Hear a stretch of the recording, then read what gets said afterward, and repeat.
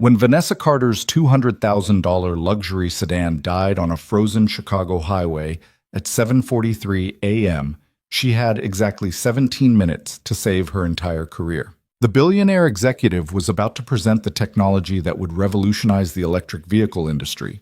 But first, she needed a miracle. What she got instead was a quiet stranger in a beaten pickup truck who fixed her car with hands that moved like they'd built entire engines from memory. She didn't bother learning his name. She never imagined he'd already changed the automotive world once before, or that one day he'd change hers forever. If you want to see how a single act of kindness on a frozen highway becomes the most unexpected love story you'll hear this year, stay with me until the end. And hit that like button and drop a comment telling me what city you're watching from. I love seeing how far these stories travel.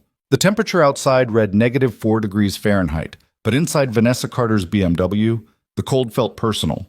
The dashboard had gone completely dark 3 minutes ago, every warning light flashing once before the entire electrical system surrendered.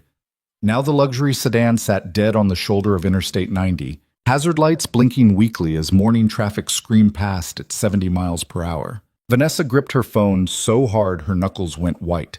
The screen showed 7:46 a.m. Her presentation to the board of directors started at 8:15. The downtown office was still 12 miles away. "Come on," she whispered, turning the key again. The engine didn't even try. Just a pathetic clicking sound that made her want to scream. She'd spent 6 months preparing for this morning. 6 months of 18-hour days, missed meals, and canceled plans. Her entire team had worked through holidays to develop the battery technology that would finally make Titan Core Industries competitive in the EV market. The prototype sitting in the lab represented $200 million in research and the potential to secure partnerships worth 3 times that amount. And she was going to miss it because her supposedly perfect German engineering couldn't handle a Chicago winter.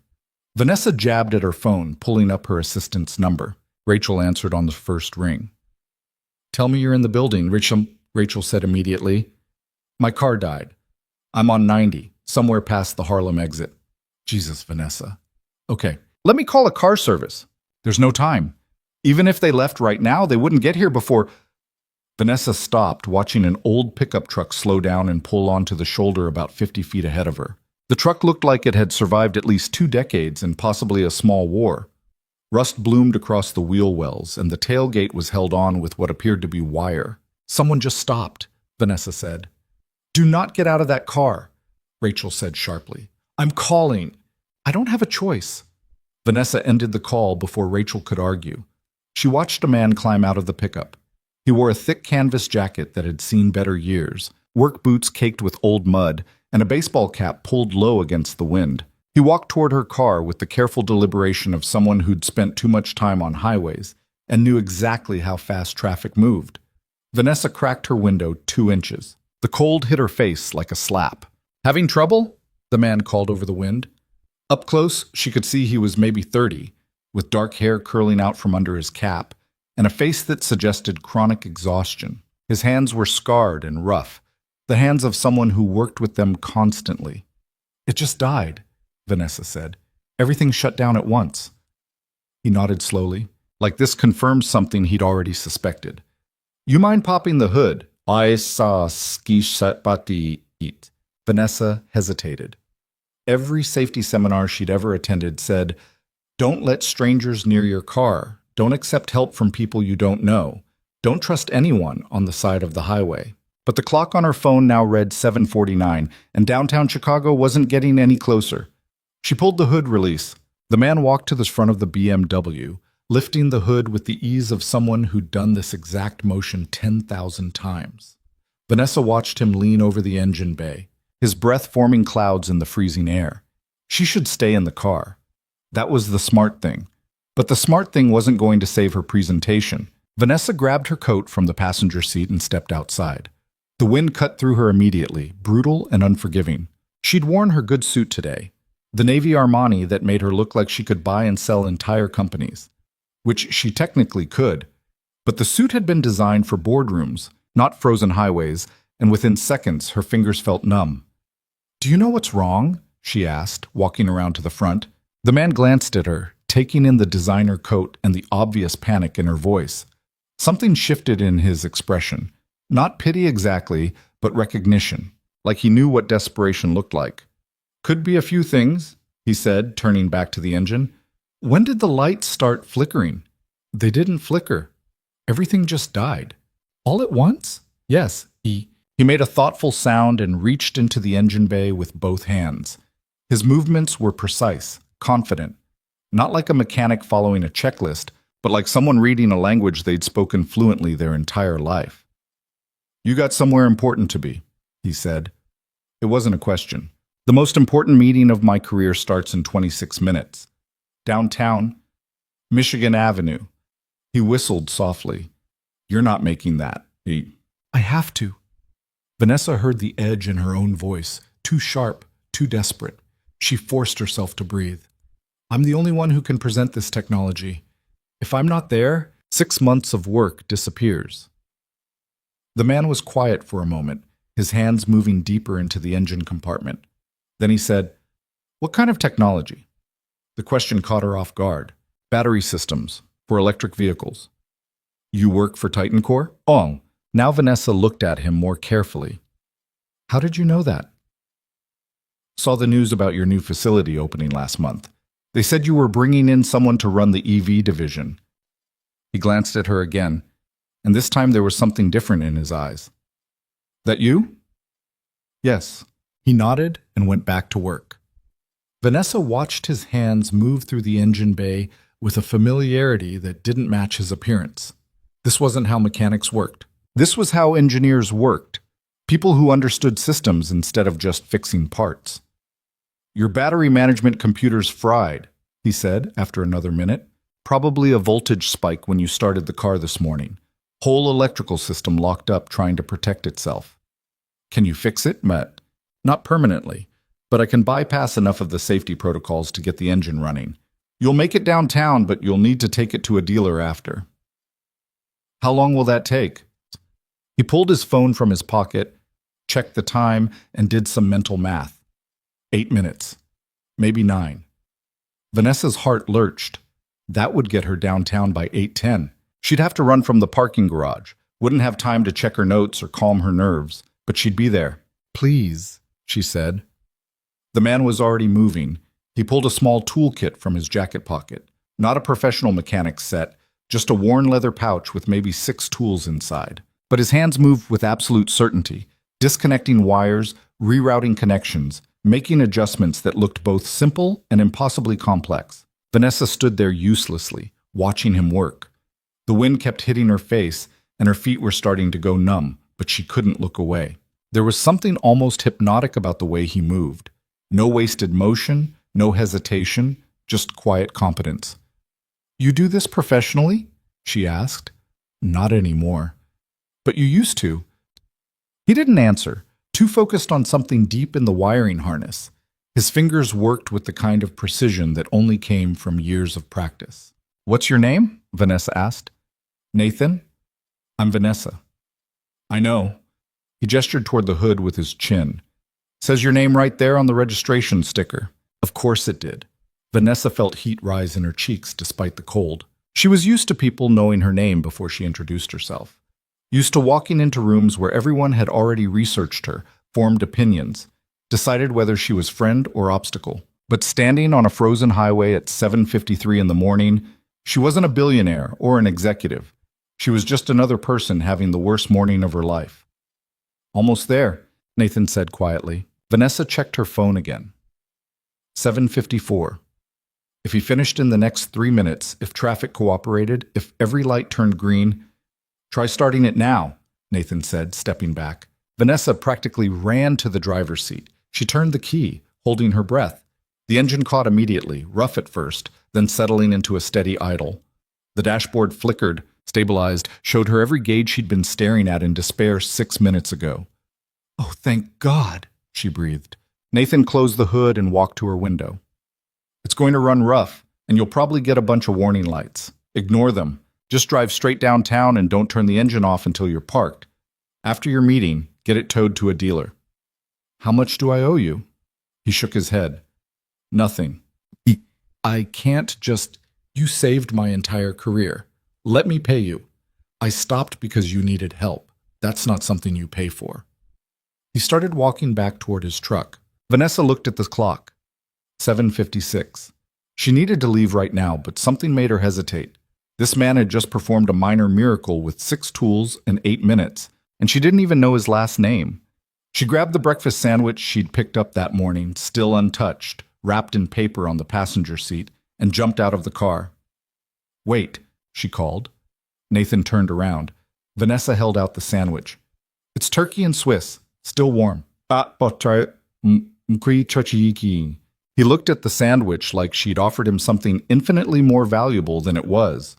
Then, slowly, he took it. "Thanks," he said quietly. Vanessa pulled a business card from her pocket and pressed it into his other hand. "Call me. Please. I want to repay you properly." Nathan glanced at the card, then nodded once. Vanessa wasn't sure if that meant he'd call or if he was just being polite. She ran back to her car, jumped inside, and pulled into traffic without looking back. Vanessa made it to the office at 8:09. She sprinted from the parking garage to the elevator, rode it up 43 floors with her heart hammering, and burst into the conference room at exactly 8:14. Every member of the board turned to look at her. "Ms. Carter," said Richard Morrison, the chairman. "We were beginning to worry." Vanessa forced herself to smile, to look calm and collected instead of like she'd just survived a disaster. "Car trouble. I apologize for cutting it so close." She set up her presentation with hands that were still shaking slightly, pulled her notes from her bag, and took a breath. Then she started talking. The next 90 minutes proved why she'd spent 6 months obsessing over every detail. The battery technology her team had developed wasn't just competitive, it was revolutionary. Higher energy density, faster charging times, and a thermal management system that solved the degradation problems plaguing every other EV manufacturer. Vanessa walked the board through the data, the projected costs, the market analysis. She answered every question with precision and confidence. By the time she finished, Richard Morrison was smiling. "Ms. Carter, I think I speak for the entire board when I say this is exactly what Titan Core needed. You have our full support to move forward." Vanessa felt relief crash through her so strongly she almost sat down. Instead, she nodded, thanked the board, and gathered her materials with as much professionalism as she could manage. Rachel found her in the hallway 5 minutes later. "How did it go?" Rachel asked, clutching her tablet like a shield. "We got approval for everything. Full production funding, expanded team, priority access to the new facility." "Oh, thank God." Rachel sagged against the wall. "I was so sure. When you called from the highway, I thought..." "I know." Vanessa leaned next to her, suddenly exhausted. "Some guy stopped and fixed my car. I don't think I've ever been that grateful to another human being." "Did you get his information? We should send him something, a gift card at least." Vanessa remembered Nathan's face when she'd tried to pay him. The quiet refusal. "I gave him my card. If he calls, I'll figure something out." But as the day went on, through meetings with her team, calls with suppliers, emails from board members congratulating her on the presentation, Vanessa found herself thinking less about her success and more about the man on the highway. Nathan, who'd fixed her car with tools that barely qualified as a kit, who'd moved through her engine bay like he was reading a book he'd written himself, who'd refused payment like money was offensive. She tried to push the thoughts away. She had too much work to do, too many things demanding her attention. But late that night, sitting in her penthouse apartment overlooking the Chicago skyline, Vanessa caught herself checking her phone. No missed calls, no new messages. Nathan hadn't called, and she realized, with surprise, that she wanted him to. 3 days passed. Vanessa threw herself into work the way she always did. 18-hour days, meetings stacked so tightly, she ate lunch during conference calls. Nights spent reviewing technical specifications until her eyes burned. The board's approval had accelerated every timeline, which meant her team was now racing to prepare for full-scale production. She told herself she didn't have time to think about Nathan, told herself it didn't matter whether he called. He'd helped a stranger on the highway. That was the end of the story. But on the 4th day, her phone rang during a meeting about supply chain logistics. Unknown number, Chicago area code. Vanessa stepped out of the conference room to answer. "This is Vanessa Carter." Hi. The voice was quiet, a little uncertain. This is Nathan, from the highway. I don't know if you remember. Of course I remember. Vanessa realized she was smiling. How are you? I'm good. Listen, I just wanted to say thank you for the sandwich. Vanessa blinked. You're thanking me? Nathan, you saved my entire career. That sandwich was my first real meal in 2 days, he said simply. So, yeah, thank you, Sean. The words hit Vanessa harder than they should have. First meal in 2 days. She thought about her apartment, her refrigerator stocked with organic groceries she barely had time to eat. The restaurants on speed dial for when she was too busy to cook. She thought about taking food for granted her entire life. Have you eaten today? She asked before she could stop herself. Nathan was quiet for a moment. I've got some things at home. I'm fine. What? Let me buy you dinner, please. It's the least I can do. You don't have to. I want to, Vanessa said, and she realized it was true. She wanted to have dinner with this man, wanted to understand why he'd refused payment, why he'd looked at her sandwich like it was treasure, why someone with his obvious skills was working out of a beaten pickup truck. Nathan hesitated. Then he said, Okay.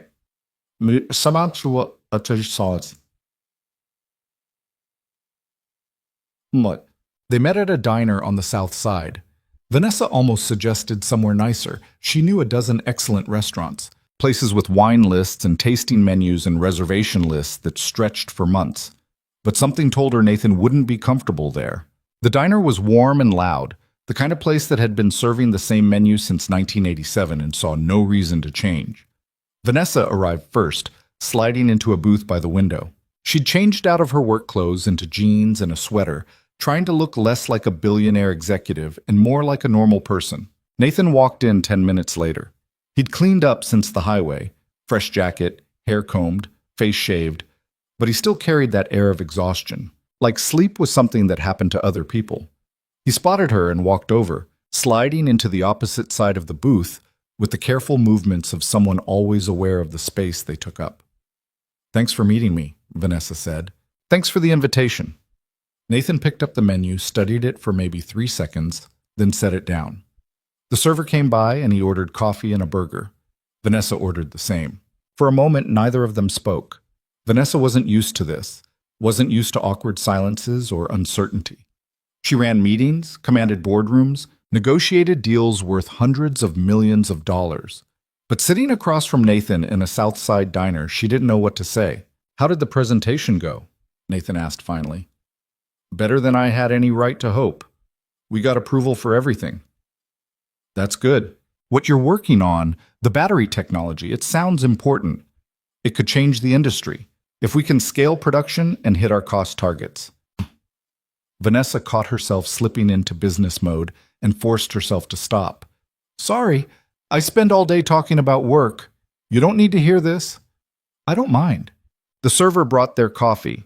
Vanessa wrapped her hands around the mug, grateful for something to do. Can I ask you something? She said. Nathan nodded. How did you learn to fix cars like that? What you did on the highway, that wasn't just changing oil or replacing parts. You understood the whole system. Nathan was quiet for a long moment, staring at his coffee. When he finally spoke, his voice was careful, measured. I used to be an engineer, automotive systems. Worked overseas for a few years on hybrid technology. Vanessa felt everything click into place. The way he'd moved through her engine bay, the precision, the confidence. Why did you stop? Life changed. Priorities changed. Nathan's face had gone carefully neutral. The expression of someone who'd learned to deflect questions they didn't want to answer. Vanessa recognized that look. She'd worn it herself often enough. So she changed the subject, asked him about Chicago, about the neighborhoods he liked, about anything that wasn't the obvious painful thing he didn't want to discuss. The burgers arrived. Nathan ate like someone who never quite trusted when the next meal would come. Not frantically, but with focus. Like food was too valuable to waste attention. Vanessa found herself watching him, trying to reconcile the brilliant engineer who'd worked overseas with the exhausted man eating a diner burger, trying to understand what had happened to bridge those two versions of the same person. Can I ask you something now? Nathan said. Of course. Why did you really invite me to dinner? I fixed your car. You gave me a sandwich. We're even. Vanessa set down her burger, thinking about how to answer honestly. Because I spent 3 days wondering about you. Wondering why someone with your skills was working out of a pickup truck. Wondering why you wouldn't take payment. Wondering why a turkey sandwich meant so much. And now that you know? Now I have more questions than I started with. Nathan almost smiled. Almost. That sounds about right. They talked for another hour. Vanessa learned that Nathan had a daughter, 8 years old, named Mia. She learned he lived in a small apartment near Bridgeport, that he did occasional mechanic work for neighbors, that he spent most of his time making sure his daughter had everything she needed. What she didn't learn was what had happened to bring him from overseas engineering work to highway repairs. What she didn't learn was where Mia's mother was. What she didn't learn was why Nathan looked so tired all the time, but she learned enough to know she wanted to see him again. When the check came, Vanessa grabbed it immediately. Nathan started to protest, then seemed to realize how pointless that would be. "Thank you," he said quietly. "Thank you for calling. I was starting to think you wouldn't. I almost didn't." "Why did you?" Nathan looked at her across the table. "Because you gave me a sandwich when you were about to lose everything that mattered to you. That's not something people do. I wanted to know why." Vanessa felt something shift in her chest. Maybe I'm not as selfish as I look. Nobody's as selfish as they look. They walked out together into the Chicago night. The temperature had dropped again, winter refusing to loosen its grip. Nathan's truck sat in the parking lot, still rusty, still held together with wire and determination. "Can I ask you one more thing?" Vanessa said. "Sure." "Would you be willing to look at something for me at my office? It's an engineering problem my team can't solve, and I think—" She paused. This was crazy. She'd known this man for 1 week total. "I think you might see something they're missing." Nathan studied her face. "This is about the battery technology?" "Yes. I've been out of the industry for 3 years. Whatever I knew is probably outdated." "I don't think that's true. Will you at least look?" He was quiet for so long, Vanessa thought he'd say no. Then he nodded slowly. "I'll look." Vanessa felt relief and excitement tangled together. "Are you free tomorrow?" "I have to pick up my daughter from school at 3. Come by at 10. I'll make sure you're out by 2. Nathan agreed. They exchanged numbers, and he climbed into his truck. Vanessa watched him drive away, then walked to her own car. Now repaired properly by the dealer, every warning light cleared. She sat in the driver's seat for a moment before starting the engine, thinking about the conversation.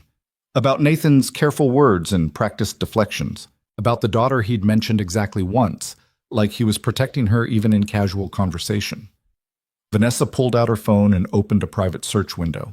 She typed, "Nathan Reed Automotive Engineer Hybrid Technology," and hit enter. The results loaded immediately. Patents, articles, industry awards.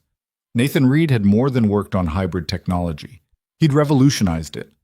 Between 2018 and 2021, he'd held leadership positions at 3 different companies, all in Southeast Asia. His designs had improved efficiency by margins that seemed impossible. Industry publications had called him one of the most innovative engineers of his generation. Then in late 2021, he'd vanished. No new patents, no new articles, no interviews. It was like he'd simply stopped existing. Vanessa kept reading, going deeper into the search results. Finally, buried in a technology blog from 2022, she found a brief mention. Nathan Reed's absence from the industry continues to be felt. Sources say he returned to the U.S. for family reasons and has not pursued new projects. Family reasons. Vanessa closed the search window and started her car. She didn't need to know everything right now, didn't need to push or pry. Nathan would tell her when he was ready. But as she drove back to her apartment, back to her penthouse view, and her empty rooms, Vanessa Carter realized something that should have worried her but didn't. She wanted to help him, wanted to understand what had happened to break someone so brilliant, wanted to give him a reason to use the skills he'd buried, wanted, more than she should have, to see him smile for real. Nathan showed up at Titan Core Industries at exactly 10 o'clock the next morning, standing in the lobby like he wasn't entirely sure he should be there. Vanessa spotted him through the glass wall of her office and felt an unexpected flutter of nerves. She'd invited dozens of consultants and specialists into this building over the years, but somehow this felt different. She met him at the elevator bank on the 43rd floor. He'd worn clean jeans and a button-down shirt that looked like it had been ironed carefully but was still a few years past its prime. The contrast between his clothes and the marble and steel lobby couldn't have been sharper. "Thanks for coming," Vanessa said. Nathan nodded, his eyes taking in the space with the quiet assessment of someone who noticed details. "Nice building. It's impressive when you first see it.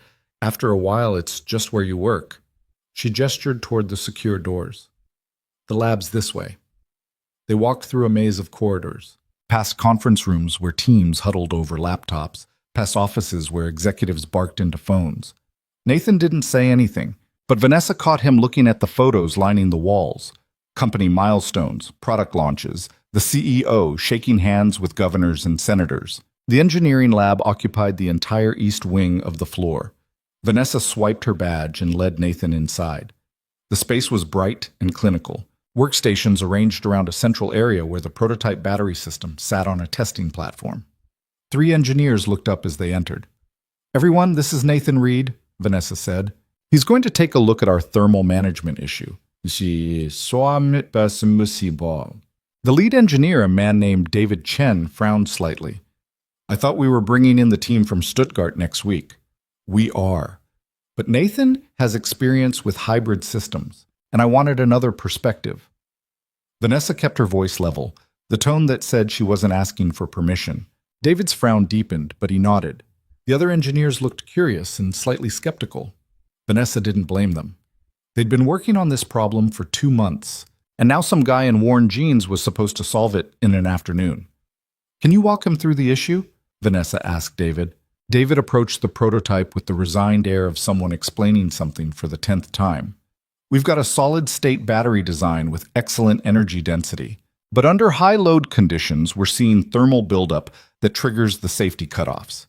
We've tried 17 different cooling configurations, adjusted the charge controller algorithms, even redesigned the cell spacing.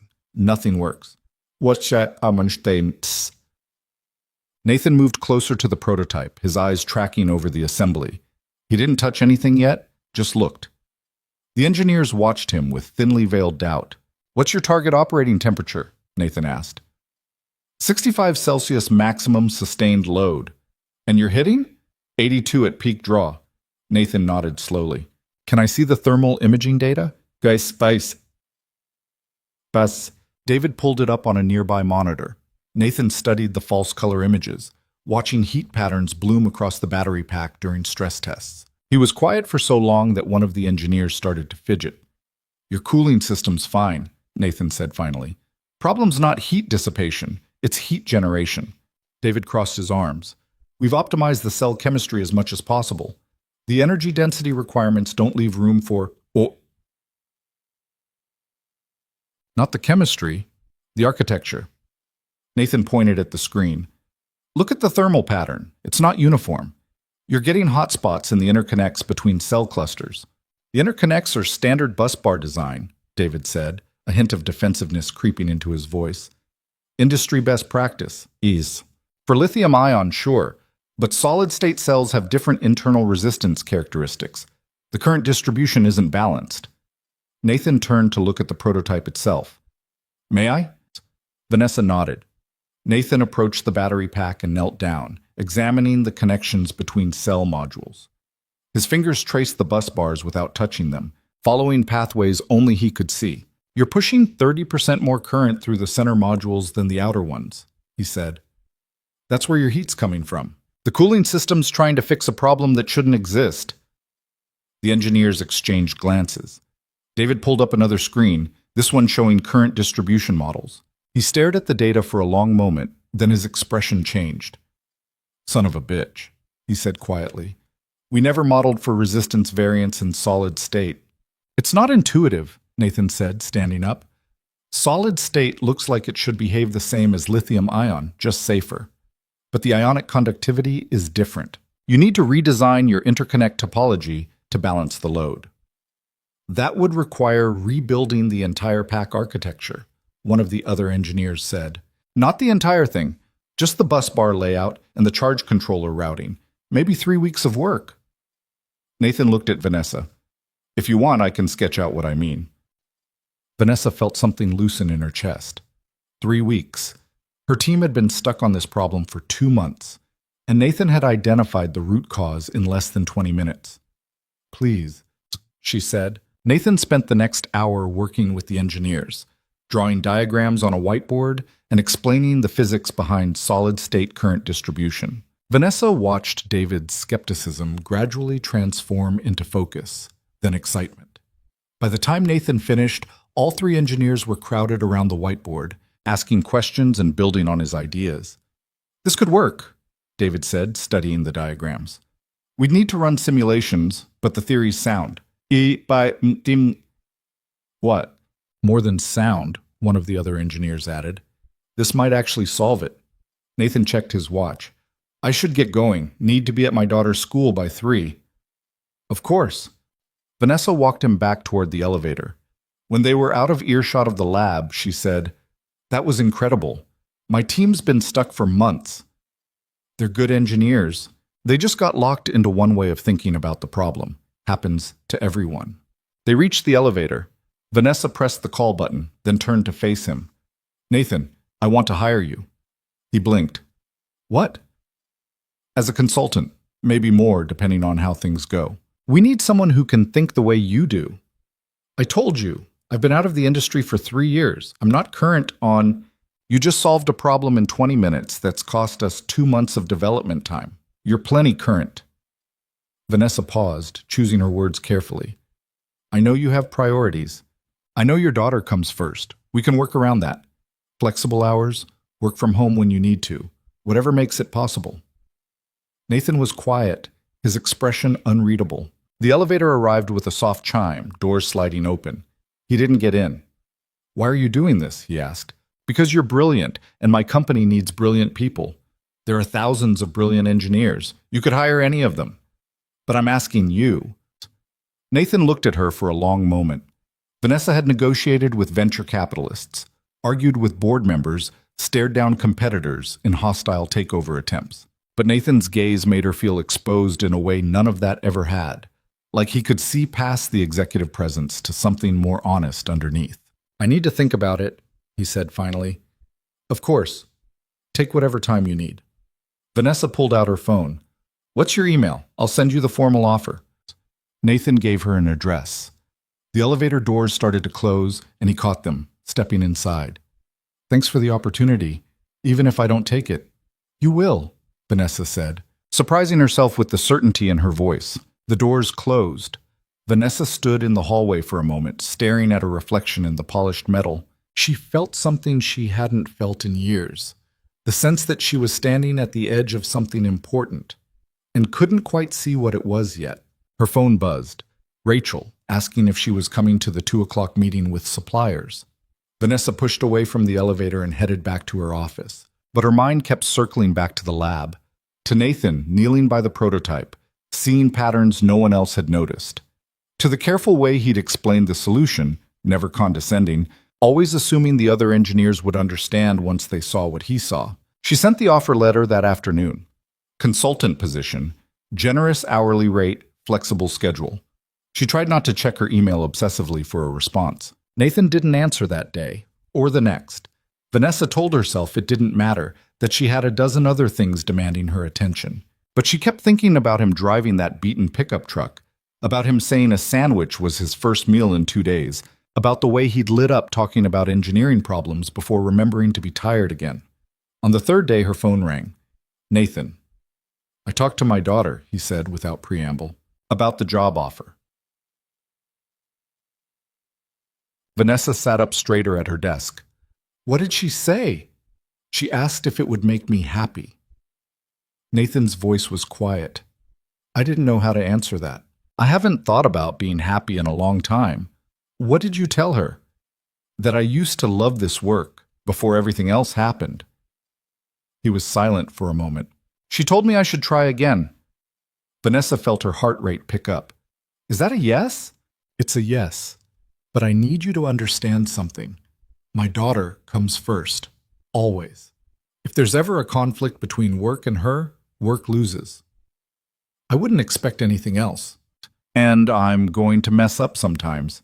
I've been out of this world for a while. I'm going to need time to get back up to speed. We all mess up, Nathan. That's not a deal breaker. He let out a breath that might have been a laugh. Okay, then I'm in. When can you start? Monday? Monday's perfect. They worked out logistics, parking pass, building access, which projects he'd be working on. When Vanessa finally hung up, she realized she was smiling. Actually smiling. Not the careful, professional expression she wore through meetings, but something genuine. Rachel stuck her head in the office. Good news? We just hired a new consultant. Might turn into something permanent. Anyone I know?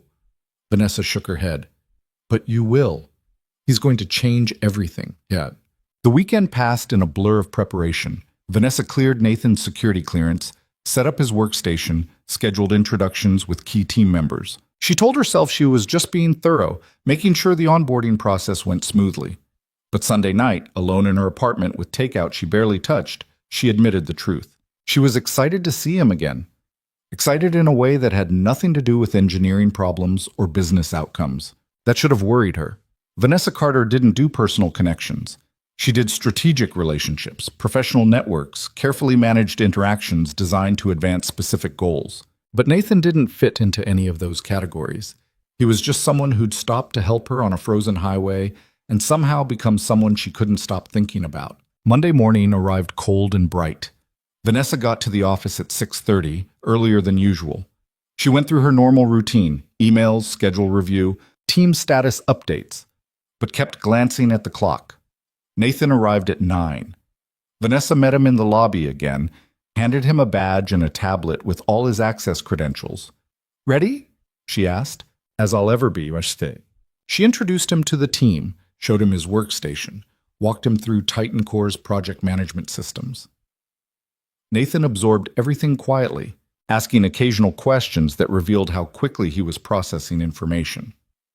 The engineers who'd been skeptical last week were watching him now with open curiosity. We're starting you on the thermal management redesign, Vanessa explained. David's team will handle the simulations and testing, but we need you to finalize the interconnect topology. Nathan nodded, already pulling up the files from last week's session. Within minutes, he was deep in technical specifications, making notes and sketching modifications. Vanessa left him to work, returning to her own mountain of responsibilities. But she found excuses to walk past his workstation throughout the day. Each time, Nathan was focused on his screen, occasionally talking through problems with David or one of the other engineers. He looked more alive than he had at the diner, more present. At 2:30, Nathan appeared in her office doorway. I need to leave, he said. School pickup. Of course. How did the morning go? Good. Really good, actually. I forgot how much I missed this. He hesitated. Thank you for pushing me to come back. Thank me when we solve this battery problem. Nathan almost smiled. Deal. He left, and Vanessa watched him go, feeling that strange tug of emotion again. She forced herself to focus on the contract negotiation she'd been avoiding all day. But the words kept blurring together. The next 2 weeks fell into a rhythm. Nathan worked mornings and early afternoons, always leaving by 3 to pick up his daughter. He never talked about her much. Vanessa got the sense he was protecting something private, something too important to expose to casual workplace conversation. But occasionally she'd catch him looking at photos on his phone during lunch, and the expression on his face would shift into something gentle and fierce at the same time. The battery redesign progressed faster than anyone expected. Nathan's interconnect topology worked exactly as he'd predicted, dropping operating temperatures by 23 degrees. The engineers who'd been skeptical were now coming to him with every problem they couldn't solve. He answered patiently, explaining his reasoning, teaching them to see systems the way he did. Vanessa watched him transform from the exhausted man on the highway into someone who seemed to remember what competence felt like. He was still quiet, still careful with his words, but there was an energy to him now that hadn't been there before. 3 weeks into his consulting contract, Vanessa invited him to lunch. Not at the diner this time, at a quiet Italian place near the office, where they could actually talk without shouting over diner noise. Nathan looked uncertain when she suggested it. Is this a work thing? Does it need to be? He considered that. No, I guess it doesn't. They met at the restaurant, a small place with checkered tablecloths and the smell of garlic and tomatoes in the air. Vanessa ordered wine. Nathan stuck with water. Not a drinker? She asked. Not when I'm picking up my daughter in 2 hours. She can smell it, and then I get questions I don't want to answer. Vanessa smiled. Smart kid. Terrifyingly smart. She's already asking about algebra, and she's in 3rd grade. Takes after her father. Nathan shook his head. She takes after her mother. My wife was the really brilliant one. I just borrowed some of it. It was the first time he'd mentioned his wife directly. Vanessa felt the air in the conversation shift, becoming more fragile. Was? She asked gently. Nathan was quiet for a long moment, turning his water glass in slow circles. She died 3 years ago. Cancer. The word landed between them like something physical. Vanessa set down her wine glass, suddenly feeling stupid for ordering it. I'm so sorry, she said. We were living overseas. Singapore, then Vietnam, then Malaysia. I was jumping between companies, doing consulting work, basically living in hotels and engineering labs. And Sarah, my wife, she was running an education nonprofit, setting up STEM programs in rural schools. We were both so focused on our work that we almost missed it. Yeah, like is bisham. Missed what? The symptoms. She'd been tired for months, losing weight, having these headaches that wouldn't go away. We kept saying it was stress, that we needed a vacation, that once the current project was done, we'd slow down. Nathan's voice had gone flat, reciting facts instead of feeling them. By the time we actually got her to a doctor, it was stage 4, glioblastoma. They gave her 6 months. She made it 8. Vanessa didn't know what to say. Every response felt inadequate, performative, so she just waited, letting Nathan continue if he wanted to. Mia was 5, he said, old enough to understand something was wrong, too young to really process what death meant. Sarah spent those last 8 months trying to leave enough of herself behind that Mia would remember her. Videos, letters, photo albums. She wrote birthday cards for every year until Mia turned 18. Oh, God, Vanessa breathed. When she died, I couldn't stay overseas anymore. Couldn't keep working 90-hour weeks pretending everything was fine. So I came back to Chicago, found an apartment I could afford, and tried to figure out how to be both parents instead of just one. Nathan finally looked up at her. That's why I wouldn't take money for fixing your car, and that's why I hesitated about working for you. Because the last time I prioritized my career, I missed the signs that my wife was dying. The food arrived, but neither of them touched it immediately. Vanessa felt like she'd been given something precious and fragile, something she needed to handle carefully. Is that why you're always gone by 3? She asked. I pick Mia up from school every day. We have a routine, homework, dinner, reading together. I don't miss it ever. I understand why. Do you? Nathan's voice wasn't hostile, just genuinely curious. Because I've watched you work. You're at the office at 7, you leave at 8, you take calls at midnight. That's my old life, the life that made me miss what mattered. Vanessa felt the observation land somewhere uncomfortable. I don't have anyone depending on me. It's different. Is it? Or are you just really good at lying to yourself? The question should have offended her, should have felt like an attack. But Nathan's tone was gentle, almost concerned, like he recognized something in her that reminded him of himself. I like my work, Vanessa said, hearing the defensive edge in her voice. I'm good at it. I liked mine too. Was good at it, but it wasn't enough to build a life on. Nathan picked up his fork, finally starting to eat. I'm not judging you. I'm just saying I recognize the pattern. They ate in silence for a few minutes. Vanessa's mind was spinning, processing everything Nathan had said. She thought about her apartment, always empty, her friends, who were really just colleagues she occasionally had drinks with, her family, scattered across the country, communicating mostly through birthday texts and holiday calls. When had she last felt genuinely connected to another human being? Tell me about Mia, she said, needing to shift the conversation. Nathan's whole face changed. What do you want to know? Everything. What's she like? So Nathan told her about Mia's obsession with space exploration. Her collection of rocks she insisted were meteorites, but were probably just gravel. Her ability to ask questions that made him question everything he thought he understood about the world. He told her about the stuffed elephant named Doctor, Trunks, who'd been Sarah's first gift to Mia and now sat on the nightstand like a guardian. About how Mia had her mother's laugh and her mother's way of seeing people, of understanding what they needed even when they couldn't say it themselves. She sounds wonderful, Vanessa said. She's the only thing I got right. Nathan pushed his plate aside, food mostly uneaten. Everything else I've managed to screw up pretty thoroughly. But Mia, she's going to be okay. I'll make sure of it. You're doing better than you think. The work you're doing at Titan Core, Nathan, you're solving problems engineers with decades more experience can't touch. That's just pattern recognition. Anyone could do it with enough practice. That's not true, and you know it. Nathan looked at her across the table, and Vanessa felt something pass between them. Not attraction exactly, though she'd be lying if she said that wasn't part of it, but something deeper, recognition, like they saw in each other something familiar and lonely and trying very hard to pretend it wasn't. I should get going, Nathan said, checking his phone. Almost 2:30. Of course. They split the check despite Vanessa's protests and walked back toward the office together. The afternoon sun was weak and cold, winter still holding Chicago in its grip. Can I ask you something? Nathan said as they reached Titan Core's entrance. Anything. Why did you really give me that sandwich? On the highway. You were about to lose everything, but you stopped to give me food. Vanessa thought about it. You looked like you needed it more than I did.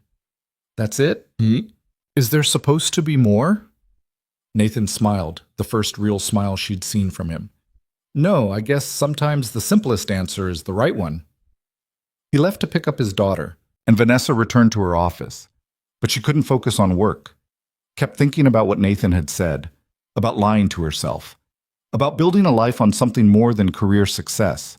That evening, sitting in her apartment with the city lights spread out below her, Vanessa opened her contacts and scrolled through the names. Hundreds of people, colleagues, business partners, industry contacts. She tried to think of one person she could call just to talk. One person who knew her as more than Vanessa Carter, billionaire executive. The list was depressingly short. Her phone buzzed. A text from Nathan. Just a photo. Mia at the kitchen table, surrounded by homework and books, grinning at the camera with a gap-toothed smile. She wanted me to tell you thank you for giving me a job. Says I'm less grumpy now. Vanessa stared at the photo. This little girl she'd never met, who'd lost her mother and still found reasons to smile, who told her father to take the job because it might make him happy. She texted back, tell her she's welcome, and tell her she's right. You are less grumpy. 3 dots appeared, then disappeared, then appeared again. Finally, we're ordering pizza tonight. Too tired to cook. Want to join? Vanessa read the message 3 times, making sure she understood what he was asking. This wasn't a business dinner or a professional lunch. This was Nathan inviting her into his real life, into the part he protected. She should say no. Should maintain professional boundaries.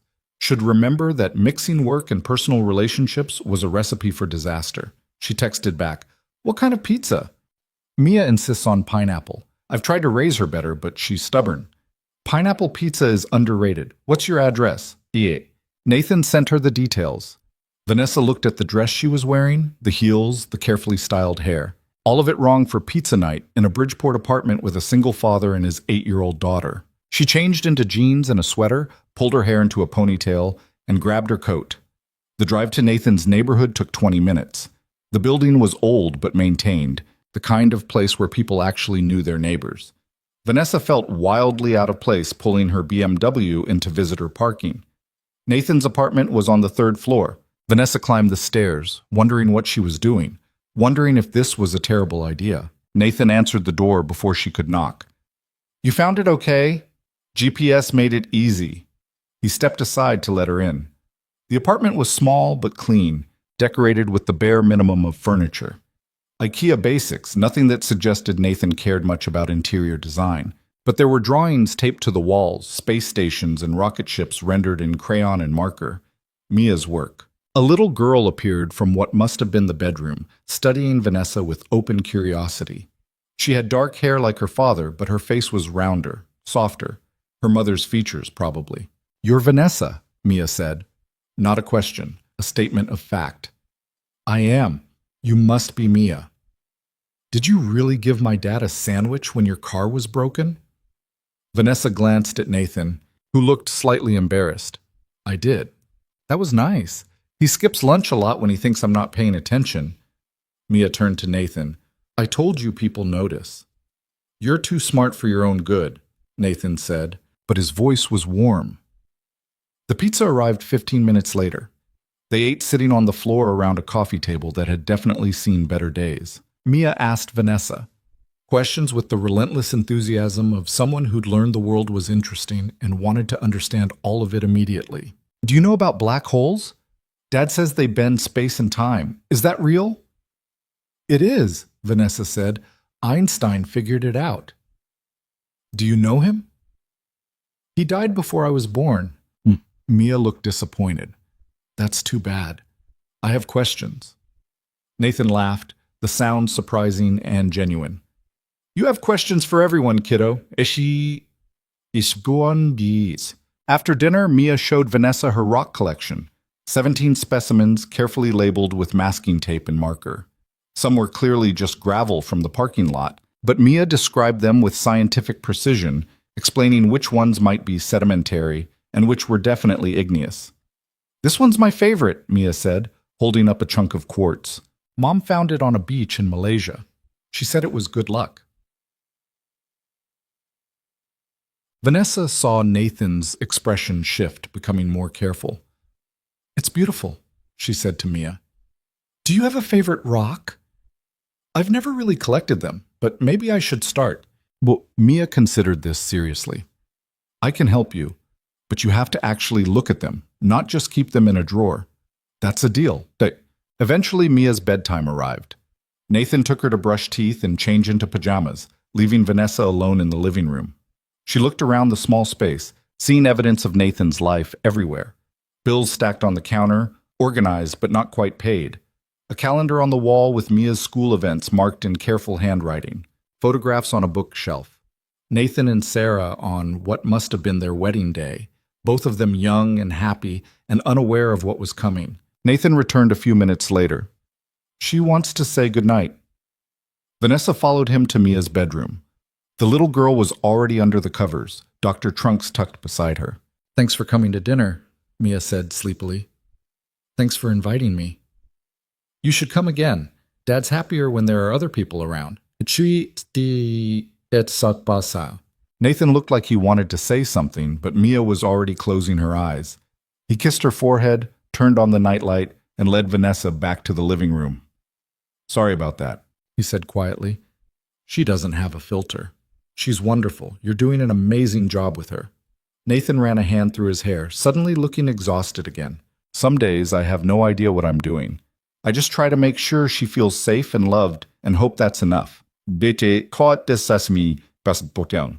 is enough. Trust me." They stood there in the small living room, the silence stretching between them. Vanessa knew she should leave.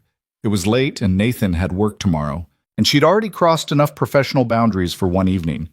But she didn't want to go back to her empty apartment, didn't want to return to a life that suddenly felt very small and very lonely. "I should go," she said anyway. Nathan walked her to the door. "Thanks for coming. I know it's not exactly—" He gestured around the apartment. "This isn't what you're used to." "It's better," Vanessa said, surprising herself with the honesty. "This is real. My place is just expensive furniture and a nice view. You could change that." "Could I?" Nathan looked at her, and Vanessa felt that connection again, that sense of understanding passing between them wordlessly. "Yeah," he said quietly. "I think you could." Vanessa left, driving back through Chicago streets that felt colder and emptier than they had an hour ago. When she got home, she stood in her living room and looked at the minimalist furniture, the carefully curated art on the walls, the floor-to-ceiling windows showcasing the skyline. None of it felt like home. She thought about Mia's rock collection, labeled in marker, about Nathan's tired smile when his daughter asked impossible questions, about pizza on the floor and drawings taped to walls and photographs of people who were happy once, before life got complicated. Vanessa pulled out her phone and opened the text thread with Nathan. Started typing, then stopped. Started again. Finally settled on something simple. "Thanks for tonight. Your daughter is amazing. You both are." The response came quickly. "She liked you. That doesn't happen often. She's protective." "Of you?" "Of both of us. She learned early that the world isn't always safe, makes her cautious about new people." Vanessa understood that. "For what it's worth, I liked her too, a lot. She wants to know if you've ever been to the planetarium. Apparently, we need to take you. I haven't been since I was a kid." "Then we're going. Saturday afternoon, if you're free. Mia's already planning the itinerary." Vanessa smiled at her phone. "I'm free." "Good. Fair warning, though. She'll have about 300 questions, and she'll expect real answers. I'll study up. See you tomorrow at work?" "Tomorrow at work." Vanessa set down her phone and looked around her apartment again. It still felt empty, but for the first time in years, she could imagine what it might feel like to have something worth coming home to. Something real. Something that mattered. Something like what she'd seen tonight in Nathan's small apartment, where love existed in the everyday moments and happiness didn't require perfection. She thought about Nathan's question at lunch, about whether she was lying to herself, about building a life on more than just career success. Maybe she was ready to stop lying. Maybe she was ready to admit that what she'd been chasing all these years, the promotions, the deals, the board positions, wasn't actually what she wanted.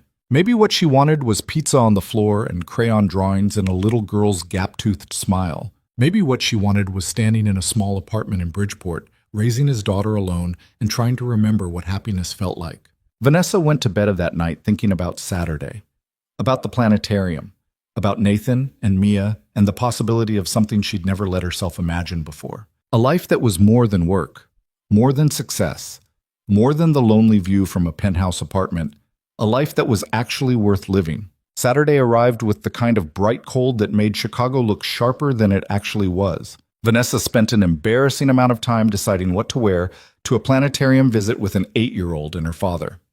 Everything in her closet felt wrong, too formal, too expensive, too much like she was trying to prove something. She settled on jeans and a sweater that had cost more than most people's car payments, but at least looked normal. Then she spent another 10 minutes wondering if she should bring something. A gift for Mia? That felt too obvious. Coffee for Nathan? Too date-like. She finally grabbed a bag of those fancy cookies from the bakery near her apartment, the kind with real chocolate chips, and told herself it was just being polite. Nathan had suggested meeting at the planetarium rather than picking her up, which Vanessa appreciated. She wasn't ready to explain to her doorman why a pickup truck was idling in front of her building.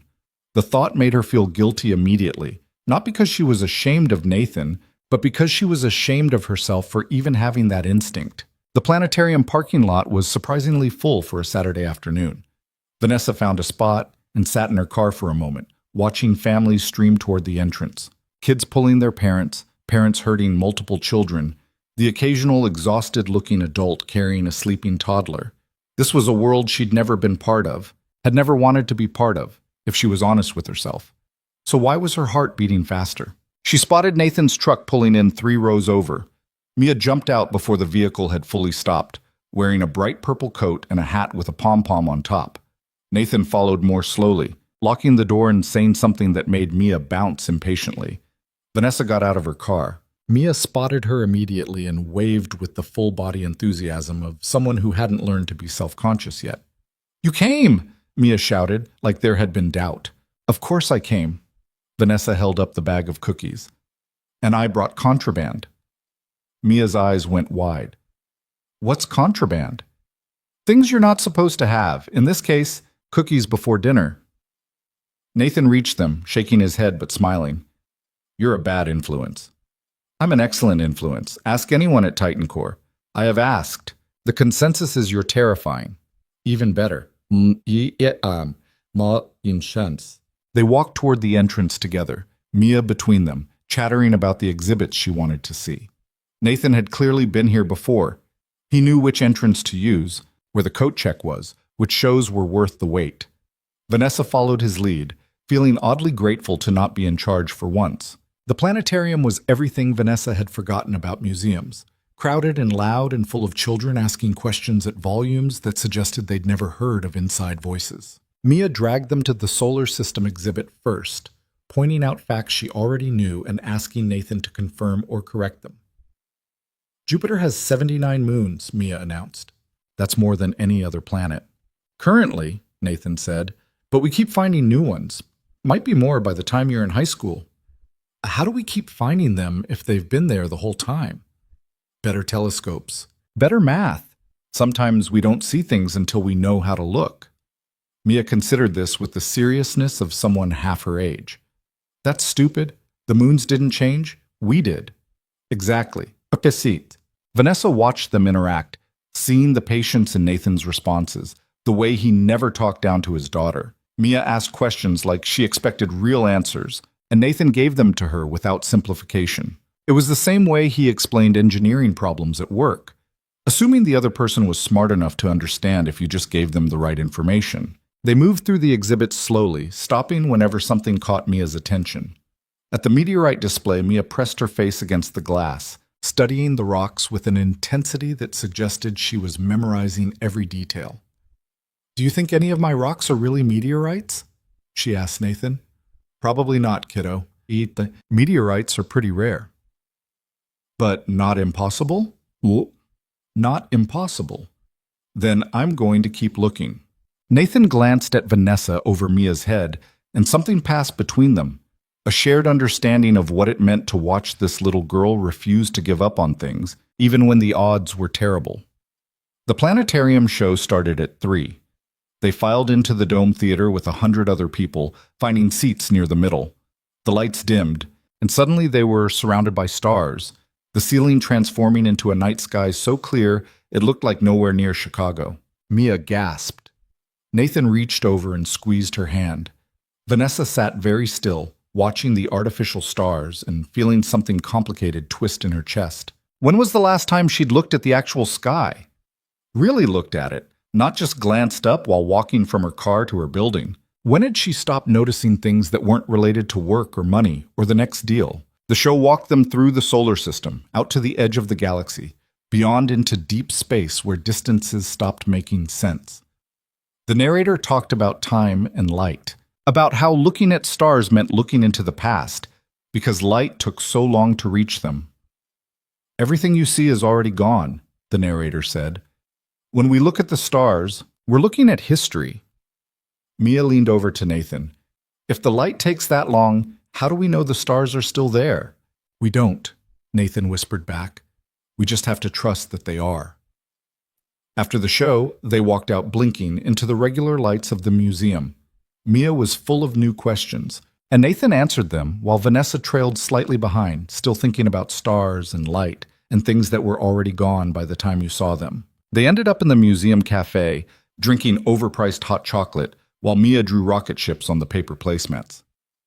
Nathan looked more relaxed than Vanessa had ever seen him at work. The constant tension in his shoulders finally eased. This was nice, Vanessa said. Thank you for inviting me. Mia invited you. I just passed along the message. Did she? Nathan smiled. Okay, maybe I suggested it first, but she approved enthusiastically. I'm glad she approved. Eek. Mia looked up from her drawing. Do you like space? I do, Vanessa said, though I don't know as much about it as you do. That's okay. Dad says not everyone has to know everything. You just have to know what's important to you. What's important to you? Mia thought about it. Space, rocks, Dad, my friends at school, Dr. Trunks, in that order. Good priorities. What's important to you? The question stopped Vanessa cold. What was important to her? A month ago, she would have said her career, her company, her reputation. But sitting in a museum cafe with melting whipped cream on her hot chocolate and crayon drawings scattered across the table, those answers felt hollow. I'm still figuring that out, she said honestly. Mia nodded like this was a perfectly reasonable answer. Mom used to say it's okay to not know things as long as you keep looking for answers. She said that's what makes life interesting. Nathan's expression shifted, becoming more careful. Vanessa saw him watching his daughter, making sure she was okay talking about her mother. But Mia seemed fine, just matter of fact. Your mom sounds like she was smart, Vanessa said. She was really smart.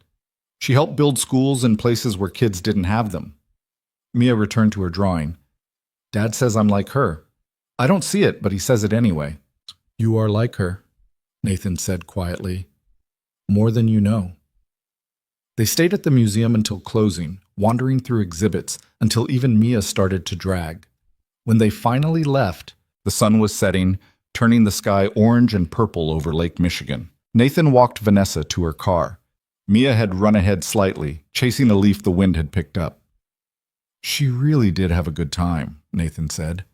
Thank you for coming. I had a good time too. Better than I expected, honestly. You expected it to be boring?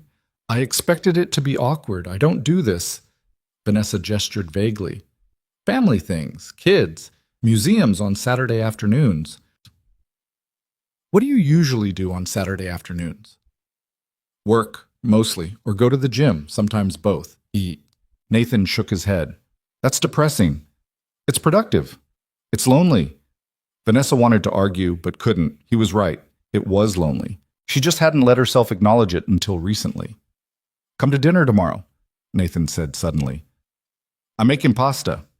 Nothing fancy, but Mia's been asking when you're coming back, and I figured... He stopped, looking uncomfortable. Sorry, that's probably too much. You probably have plans. I don't have plans. Then come to dinner. Okay. Nathan smiled, and Vanessa felt that flutter in her chest again. The one she'd been trying to ignore for weeks now. The one that suggested this was becoming something more than professional courtesy or friendly gratitude. She drove home thinking about Nathan's apartment, about Mia's questions, about the way Nathan looked at his daughter like she was the only thing in the world that made sense. When she got back to her penthouse, it felt even emptier than usual. The next evening, Vanessa showed up at Nathan's apartment with a bottle of wine and no expectations. Mia answered the door wearing an apron that was too big for her, flour on her face. We're making pasta from scratch, she announced. Dad says it's better than the box kind. It is better, Nathan called from the kitchen. Come on in, Vanessa. Hope you're ready to work. Hot. Vanessa found Nathan at the counter, surrounded by flour and eggs, and what looked like the remnants of a cooking disaster. He'd rolled up his sleeves and there was dough stuck to his forearms. This looks dangerous, Vanessa said. It's under control, mostly. Nathan gestured to the flour. You ever made fresh pasta?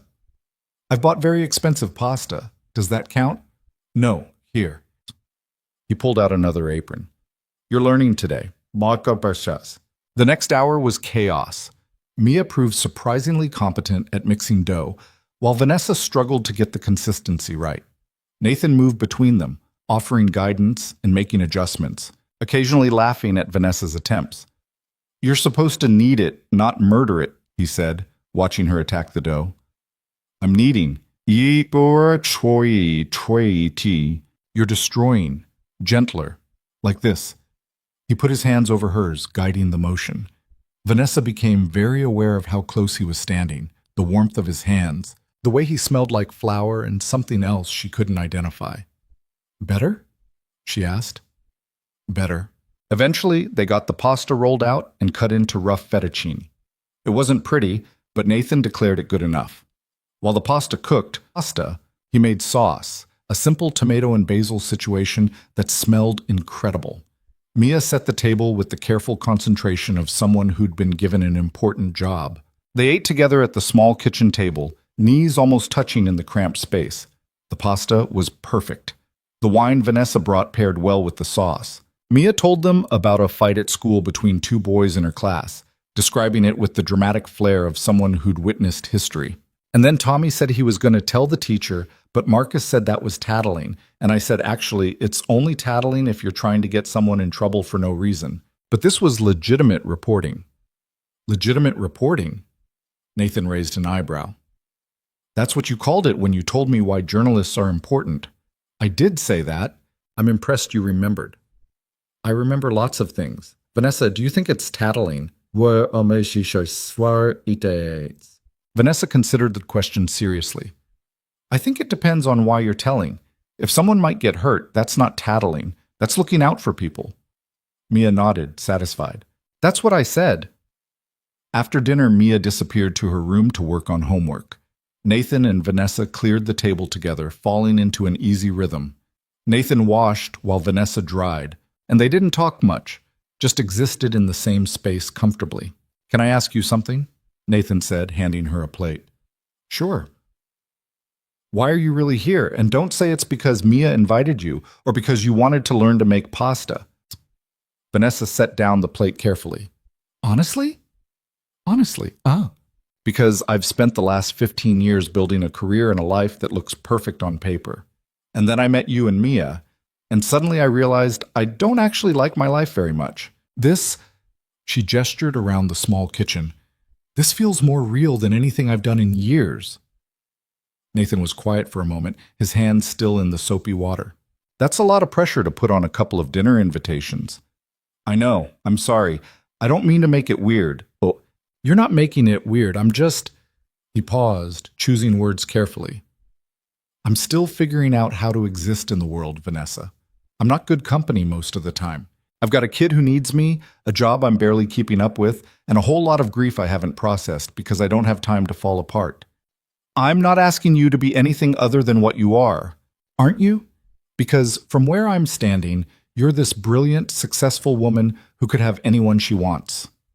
And I'm a widower with a truck held together with rust and hope, trying to remember how to be a person again. Vanessa felt something crack open in her chest. Nathan, I don't want anyone else. I want... She stopped, not sure how to finish that sentence. What do you want? I want to have dinner in small kitchens. I want to answer impossible questions from 8-year-olds. I want to make pasta from scratch and not care that it's not perfect. She looked at him directly. I want whatever this is, even if I don't completely understand it yet. Nathan held her gaze for a long moment. Then he dried his hands and stepped closer, close enough that Vanessa could see the exact color of his eyes, dark brown with flecks of gold. I haven't done this in a long time, he said quietly. The getting close to someone thing, the letting someone matter thing. I don't know if I remember how. I don't think I ever knew how in the first place. Then we're both screwed. Probably. Nathan reached up and tucked a strand of hair behind her ear, the gesture so tender it made Vanessa's throat tight.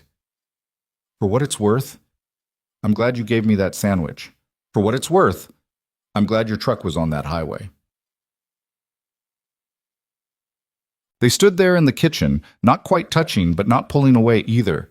Vanessa could hear Mia singing something in her bedroom, could hear traffic outside, could hear her own heartbeat hammering in her ears. Then Nathan kissed her, soft and careful, like he was afraid she might break or disappear. Vanessa kissed him back, and for the first time in years, felt like she was exactly where she was supposed to be. When they pulled apart, Nathan looked slightly stunned. I should probably... He glanced toward Mia's room. I should check on her, make sure she's doing her homework and not building a rocket or something. Probably a good idea. But neither of them moved. They just stood there, grinning at each other like teenagers who'd just discovered what kissing was. Finally, Nathan stepped back. Don't leave yet. Please. Just give me 10 minutes to make sure she's settled, and then we can talk. Or not talk. Whatever you want. I'll be here. Nathan disappeared down the short hallway. Vanessa leaned against the counter, trying to process what had just happened. She'd kissed Nathan Reed. More accurately, Nathan Reed had kissed her, and it had felt more right than anything in her carefully constructed life. She heard Nathan's voice mixing with Mia's, heard laughter, heard the sound of a father who loved his daughter completely. It should have scared her, the complications, the responsibility, the way her life would have to change to accommodate them. But it didn't. It just felt like coming home to a place she'd never been before. Nathan returned 15 minutes later, closing Mia's bedroom door quietly behind him. She wants you to say goodnight before you leave. Of course. They walked to Mia's room together. The little girl was already under her covers, Dr. Trunks positioned carefully on the pillow beside her. Good night, Mia, Vanessa said from the doorway. Are you coming back? Mia asked. Do you want me to? Yeah, you're nice, and Dad smiles more when you're around. Vanessa felt her throat get tight. Then I'll come back. Promise? Promise. Mia seemed satisfied with that. Nathan kissed her forehead, turned out the overhead light, and led Vanessa back to the living room. They sat on the worn couch together, not touching, but close enough that Vanessa could feel his presence like heat. We should probably talk about what just happened, Nathan said. Probably. I like you, more than I should, considering you're technically my boss and I met you like a month ago. I like you too, more than makes sense, and I have a daughter who I will always prioritize over everything else. I know, I wouldn't want it any other way. Nathan looked at her. This is going to be complicated. Everything worth doing is complicated. That's not true. Plenty of simple things are worth doing. Okay, fine, but this particular thing is both complicated and worth doing. If you're willing to try, Pete. Are you sure? Because I come with a lot of baggage, Vanessa. A dead wife I still dream about sometimes. A kid who asks questions I don't know how to answer. An apartment that's too small and a truck that barely runs. And a life that's held together with duct tape and good intentions. Vanessa took his hand, lacing their fingers together. I have a penthouse apartment I never want to be in, a career that's eating me alive, and absolutely no idea how to be a normal human person. So I think we're about even on the baggage front. Nathan laughed, the sound surprised out of him. When you put it that way, we don't have to figure everything out tonight. We can just see what happens. Take it slow. I don't know how to take anything slow. I'm either all in or all out. Then be all in. With me. With whatever this is. Nathan kissed her again, deeper this time, less careful. Vanessa melted into it, feeling years of loneliness and isolation crack apart like ice breaking up in spring. When they finally pulled apart, both breathing hard, Nathan rested his forehead against hers. This is insane. Completely. You're my boss. Technically, you're a consultant, so it's a gray area. That's not better. It's a little better. They sat together on the couch until late, talking about nothing and everything. Nathan told her more about Sarah, about the grief that still ambushed him sometimes. Vanessa told him about her family, about parents who'd expected greatness and got a daughter who'd achieved it while losing herself in the process. Do you talk to them? Nathan asked. Your parents? Holidays mostly. They're proud of me, I think, but they don't really know me. Mate, that's lonely. It is. I didn't realize how lonely until recently. Nathan squeezed her hand. For what it's worth, I think you're pretty great. The real you, not the billionaire executive version. How do you know there's a difference? Because I've seen both. And the woman who stopped to give me a sandwich while her career was falling apart, that's who I want to know better. Vanessa stayed until almost midnight, which was later than she'd intended, but earlier than she wanted. When she finally forced herself to leave, Nathan walked her down to her car. So, he said, hands in his pockets against the cold. Are we doing this? I think we are. And we're telling people at work? Vanessa thought about it. Let's keep it quiet for now. Not because I'm ashamed, but because I don't want to complicate your position at Titan Core. Once you're more established, once it's clear you're there because you're brilliant and not because we're whatever we are, then we can be more open. That works. Nathan leaned in and kissed her one more time, soft and quick. Drive safe. Always. Vanessa drove home with her heart still racing, her lips still tingling, her entire worldview slightly tilted off its axis.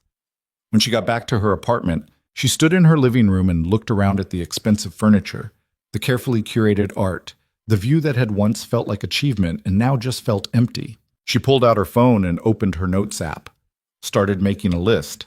Things that matter. Nathan. Mia.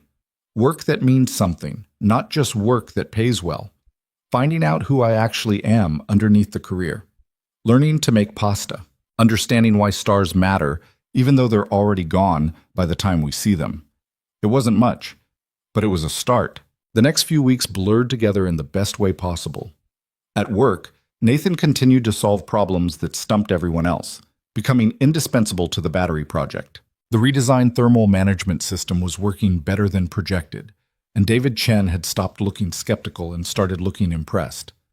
"You were right about Reed," David said to Vanessa one afternoon. "He's not just good, he's exceptional." "I know. Where did you find him?" "He found me, actually. Long story." But at night and on weekends, Vanessa found herself spending more and more time in that small Bridgeport apartment. She and Mia developed their own relationship, separate from Nathan. They went to the library together, searching for books about space and geology.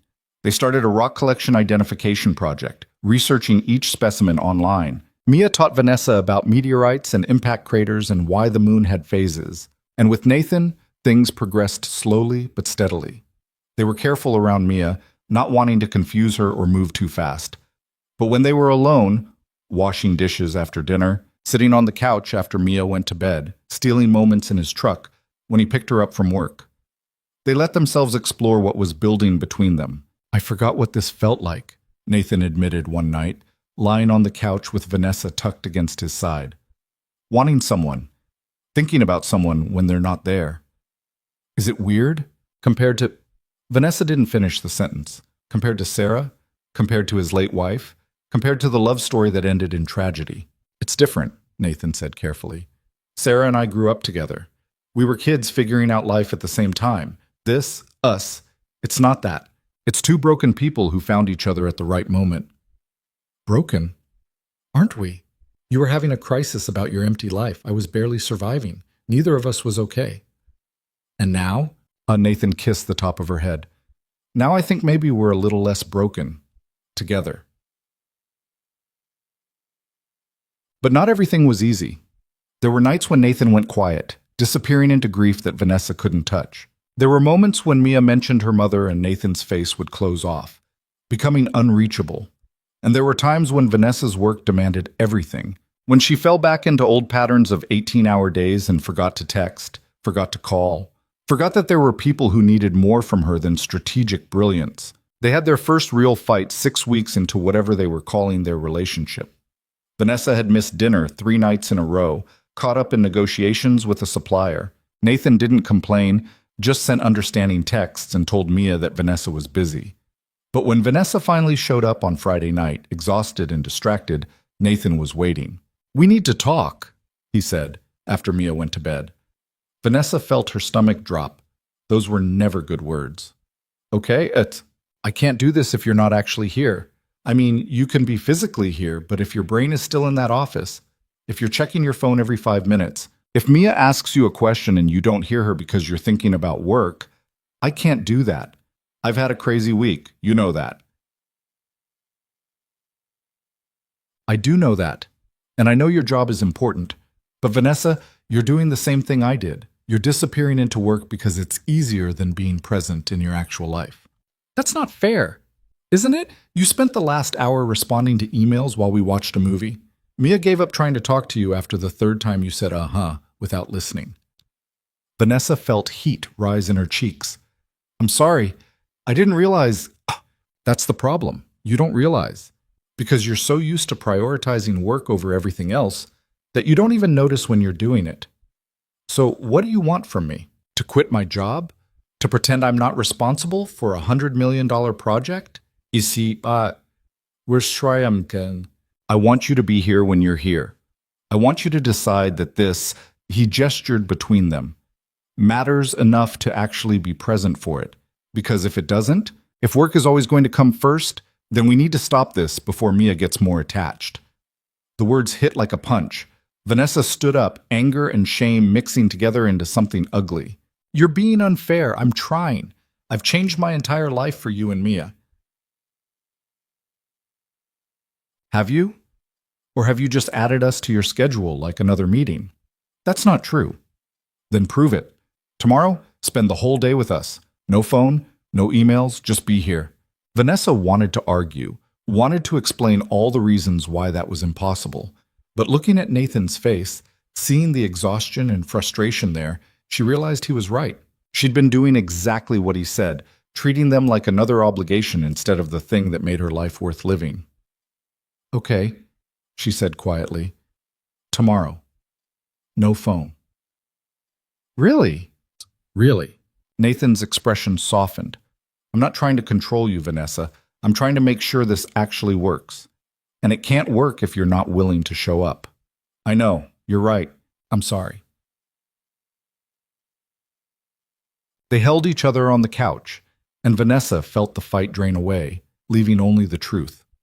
She'd been slipping back into old patterns because they were comfortable, because achievement was easier than vulnerability, because she didn't actually know how to just be present without also being productive.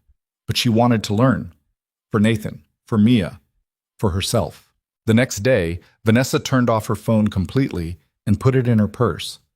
They spent the day at the Museum of Science and Industry, letting Mia drag them through exhibits while asking approximately 1 million questions. Vanessa felt anxious at first, phantom vibrations making her reach for her phone before remembering she couldn't check it.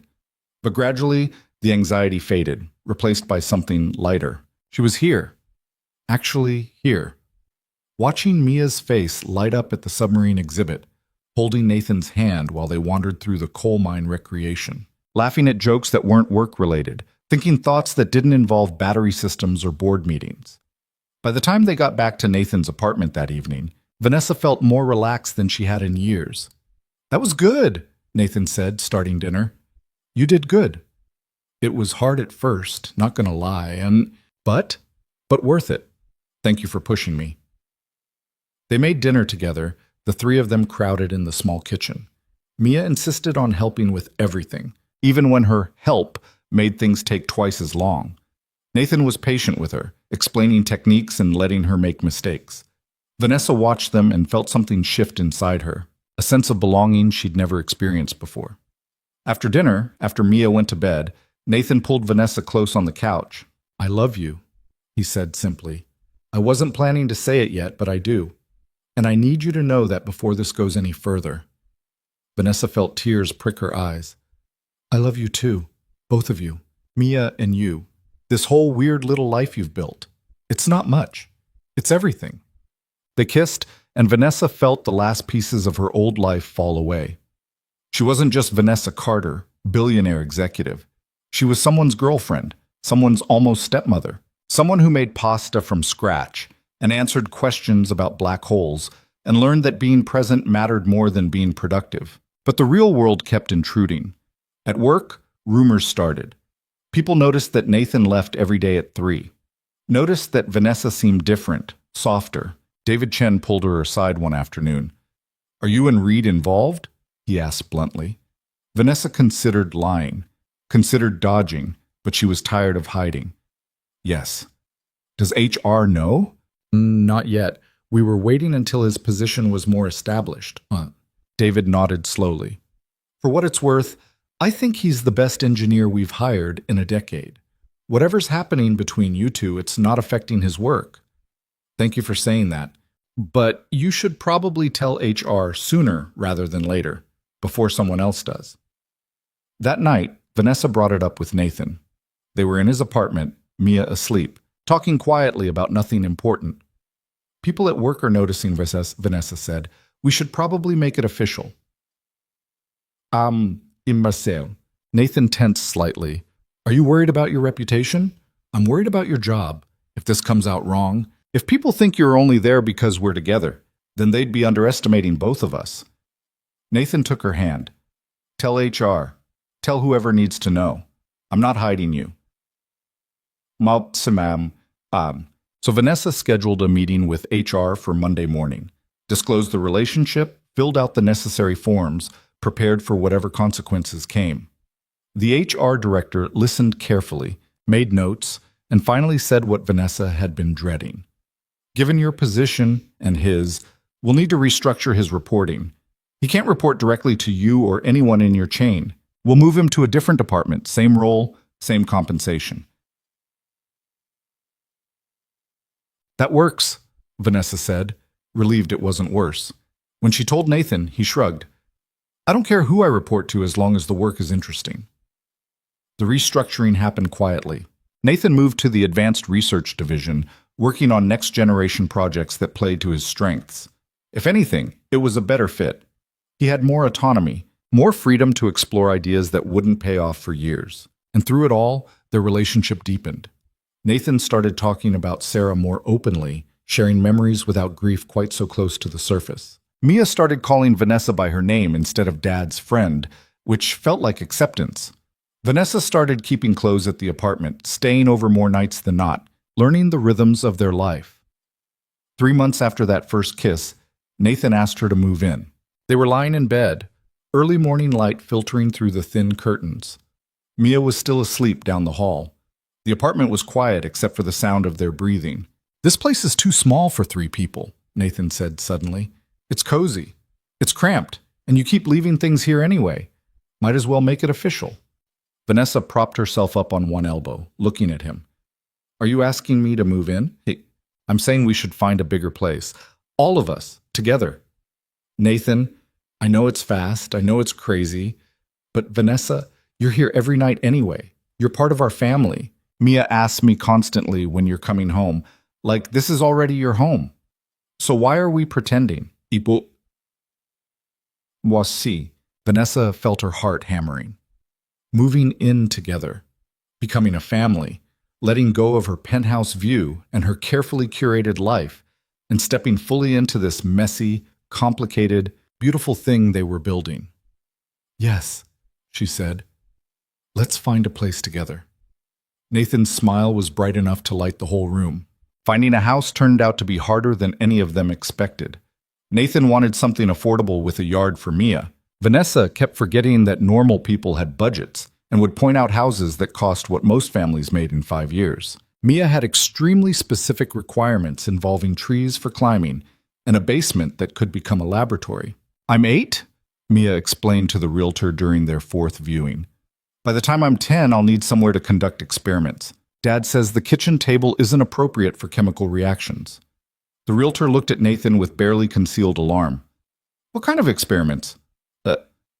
Nothing dangerous," Nathan said quickly. "She wants to study rocks, maybe grow some crystals. Normal kid stuff." "Crystal growing involves supersaturated solutions and precise temperature control," Mia added helpfully. "Also, I want to learn about acids and bases, but Dad says I have to wait until I'm 12 for that."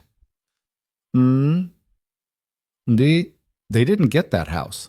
Eventually, after 2 months of searching and one near breakdown where Vanessa almost suggested they just buy a mansion and be done with it, they found a place in Oak Park. 3 bedrooms, a basement that Mia immediately claimed for science, and a backyard with an oak tree that looked sturdy enough for climbing. The mortgage was more than Nathan had ever imagined paying, but Vanessa had insisted on contributing equally, and together they could manage it. "This is insane," Nathan said when they signed the papers. 6 months ago, I was barely making rent. Now I'm buying a house." 6 months ago, I was eating takeout alone in a penthouse," Vanessa countered. "So I think we both upgraded." Moving day was chaos. Vanessa's furniture from the penthouse was too modern and expensive for the Oak Park house, so most of it went into storage. Nathan's furniture was too worn and broken to be worth moving, so they donated it. They spent a weekend at IKEA, Mia running ahead and declaring everything perfect, while Nathan quietly calculated costs, and Vanessa kept sneaking items into the cart when he wasn't looking. "We don't need that lamp," Nathan said, catching her. "It matches the couch." "We haven't picked out a couch yet." "Then we need to find one that matches this lamp." Nathan shook his head but didn't argue. He'd learned that Vanessa expressed love through providing things, through making sure they had what they needed. It was her way of taking care of them, and he was trying to let her without feeling like he was taking advantage. They moved into the Oak Park house on a Saturday in late spring.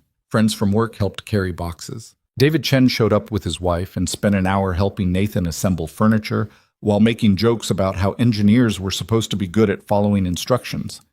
Mia directed traffic, telling everyone where things should go with the confidence of a general commanding troops. By evening, the house was still mostly boxes and chaos, but it was theirs. Nathan ordered pizza while Vanessa tried to figure out which box had the plates. Mia sat on the kitchen floor surrounded by her rock collection, arranging specimens by category. "This is home now," Mia announced to no one in particular. Nathan felt something tight in his chest loosen. Yeah, kiddo. This is home. That night, after Mia was asleep in her new bedroom with Dr. Trunk standing guard, Nathan and Vanessa lay in their new bedroom staring at the ceiling. The mattress was on the floor because they hadn't assembled the bed frame yet. Boxes lined the walls. Nothing was organized. Everything was wrong. And Nathan had never been happier. We did it, Vanessa said. We did something. Not sure what yet. We became a family. Nathan rolled over to look at her. Is that what we are? What else would you call it? He thought about it. Three people who'd found each other by accident and decided to build something together. A little girl who'd lost her mother and gained someone new who loved her differently, but just as much. A man who'd forgotten how to want things, and a woman who'd never learned to want the right things, both of them figuring it out together. Yeah, he said finally.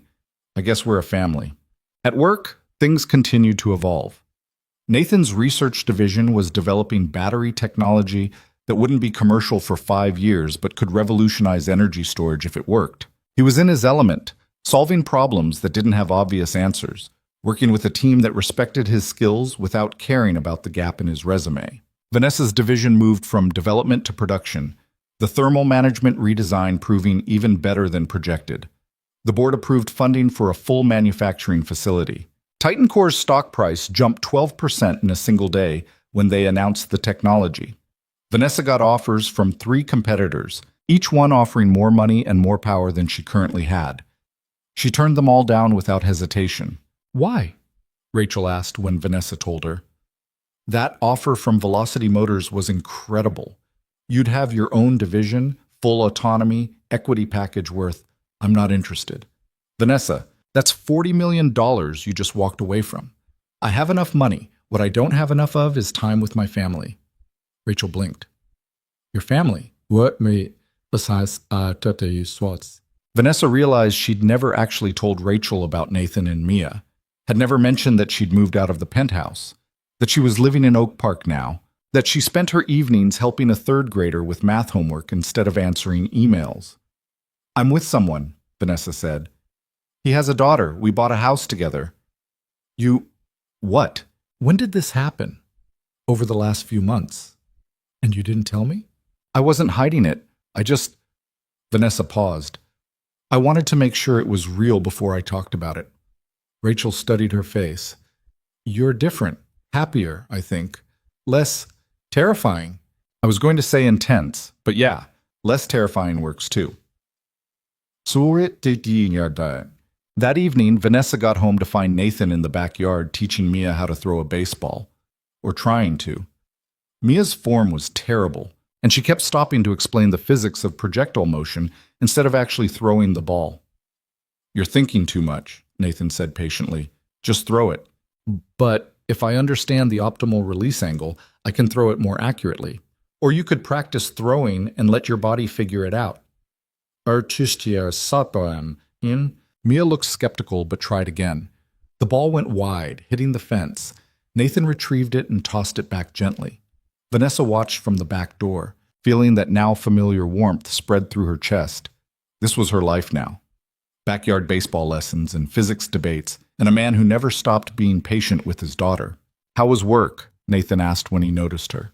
Good. Got offered a job at Velocity Motors. His expression flickered. Worry, maybe, or fear. Are you taking it? No, I like where I am. Relief washed across his face. You sure? I don't want you staying because of us. I'm staying because of us. That's the whole point. Vanessa walked over and kissed him, ignoring Mia's exaggerated gagging sounds. Besides, if I move to Velocity, who would make sure you're actually eating lunch? I eat lunch. Yesterday you had coffee and called it a meal. Coffee has calories. You're impossible. They ate dinner together at the kitchen table they'd finally assembled the week before. Mia talked about a project at school involving the solar system. She wanted to build a model that showed actual scale, which meant either making the sun impossibly large or the outer planets impossibly tiny. You could do separate scales, Nathan suggested. One for the sun and inner planets, one for the outer planets. That's cheating. That's practical problem solving. It's still cheating. Vanessa watched them debate. marveling at how much of Sarah she could see in Mia without ever having met the woman. The stubbornness, the insistence on doing things right even when it was harder, the way she approached problems like they were puzzles to be solved rather than obstacles to avoid. After dinner, while Nathan helped Mia with homework, Vanessa retreated to what they designated as her home office. She had work to finish, reports to review, decisions to make, but she'd gotten better at stopping. At closing her laptop when Nathan appeared in the doorway, at setting down her phone when Mia asked a question, at being present even when her brain wanted to spiral into work mode. "Come watch a movie with us," Nathan said around 8. "I should finish this budget review." It can wait until tomorrow. It's due Monday. It's Saturday night. Come watch a movie." Vanessa looked at the spreadsheet on her screen, at the numbers that had seemed so important 5 seconds ago. Then she looked at Nathan in the doorway, at the life they were building that mattered more than any budget review. She closed her laptop. They watched some animated movie about talking animals. Mia provided commentary throughout, pointing out biological inaccuracies and questioning the physics of certain scenes. Nathan told her to just enjoy the story. Mia said she could enjoy it while also noting its flaws. Vanessa fell asleep on the couch halfway through, warm and comfortable and completely content. The next few months fell into a rhythm that felt more like a life than anything Vanessa had experienced before. Mornings were chaos, getting Mia ready for school, making breakfast, finding lost homework, reminding Nathan to actually eat something before leaving.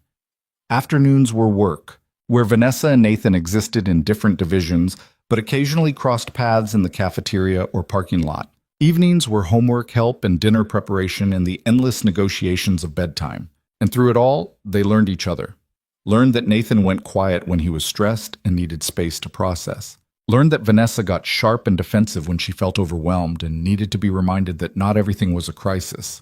Learned that Mia inherited her mother's empathy and could sense emotional shifts in a room before anyone else noticed them. They weren't perfect. They fought sometimes, usually about small things that represented bigger tensions. Nathan got frustrated when Vanessa solved problems with money instead of time. Vanessa got frustrated when Nathan wouldn't accept help, even when he desperately needed it. Mia got frustrated when both of them treated her like she was too young to understand complicated things, but they worked through it. Talked until they understood each other, apologized when they were wrong, tried to do better next time. 6 months into living together, Mia came home from school with a permission slip for a father-daughter dance. She handed it to Nathan without comment, but Vanessa saw the way her eyes flicked toward her, saw the question Mia was too careful to ask out loud. Nathan looked at the paper, then at Mia. "You want to go to this?" "I guess. Because last year you said dances were stupid and you'd rather stay home and look at rocks." "Last year was different." Nathan glanced at Vanessa, who tried to look like she wasn't paying attention. "How was it different?" "Last year, Mom had just—" Mia stopped, choosing words carefully. "Last year was hard. This year is better." Nathan's expression shifted into something complicated, pride and grief and gratitude all mixed together. "Okay, we'll go to the dance. Lars." "Cheese, can Vanessa help me pick a dress?" The question caught Vanessa completely off guard. She looked at Nathan, who looked as surprised as she felt. They'd been careful about boundaries, about letting Mia set the pace for how much Vanessa was involved. But this felt like something significant. Like Mia was saying Vanessa wasn't just Dad's girlfriend anymore. She was something more. "If Vanessa wants to," Nathan said carefully. Vanessa felt her throat get tight. "I'd love to, too."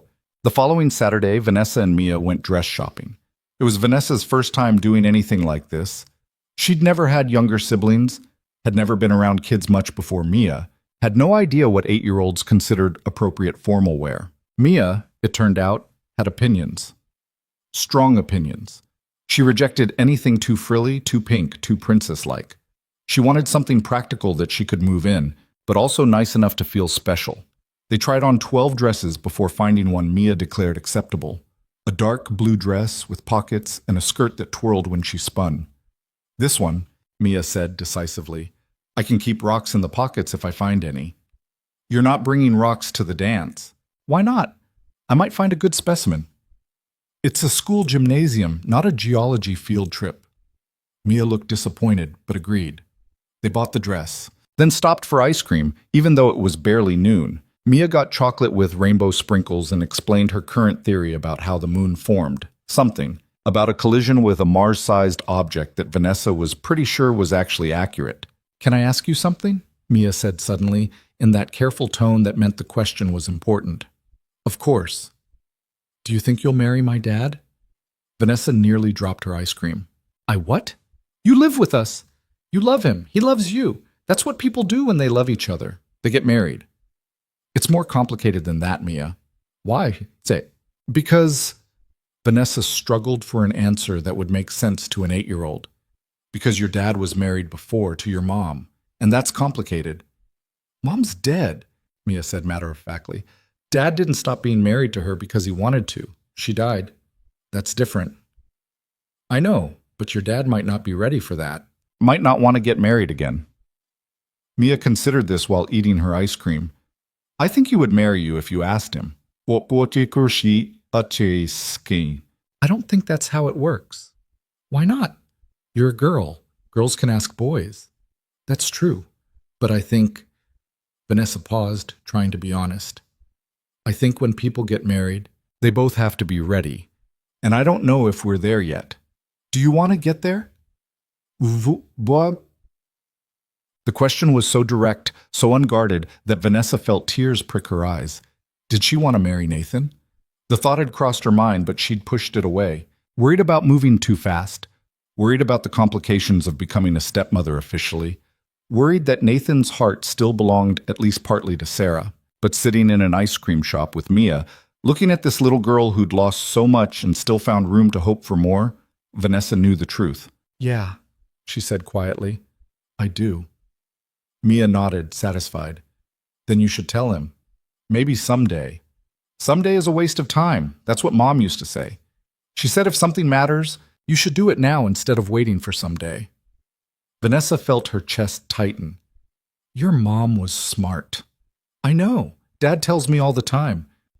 Mia finished her ice cream and looked at Vanessa seriously. "I'm glad you're here. I was worried Dad would be sad forever."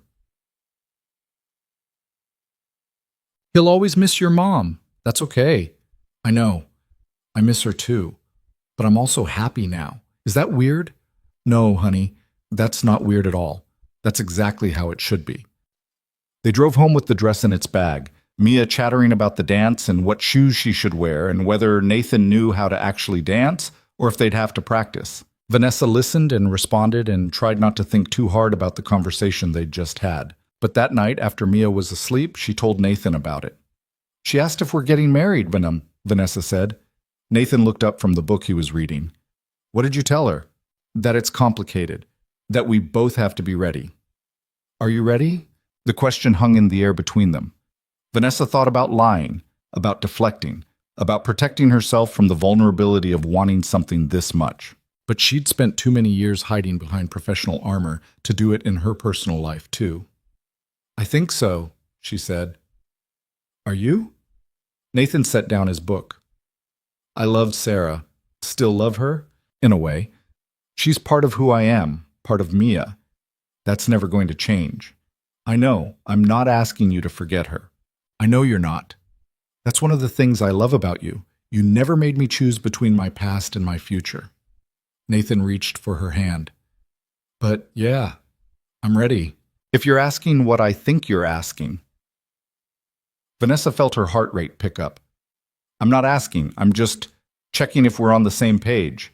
"We're on the same page, for the record." "Good to know, Sarah." They sat together on the couch, not talking about marriage directly, but both knowing the conversation had shifted something between them. The question was no longer if, but when. And knowing that, knowing they both wanted the same future, made everything feel more settled. The father-daughter dance arrived on a Friday night.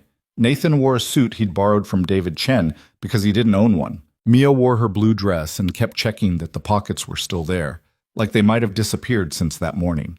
Vanessa helped with hair and makeup, keeping it simple because Mia had strong feelings about looking like herself instead of a miniature adult. "You look beautiful," Vanessa said when they were done. Mia studied herself in the mirror critically.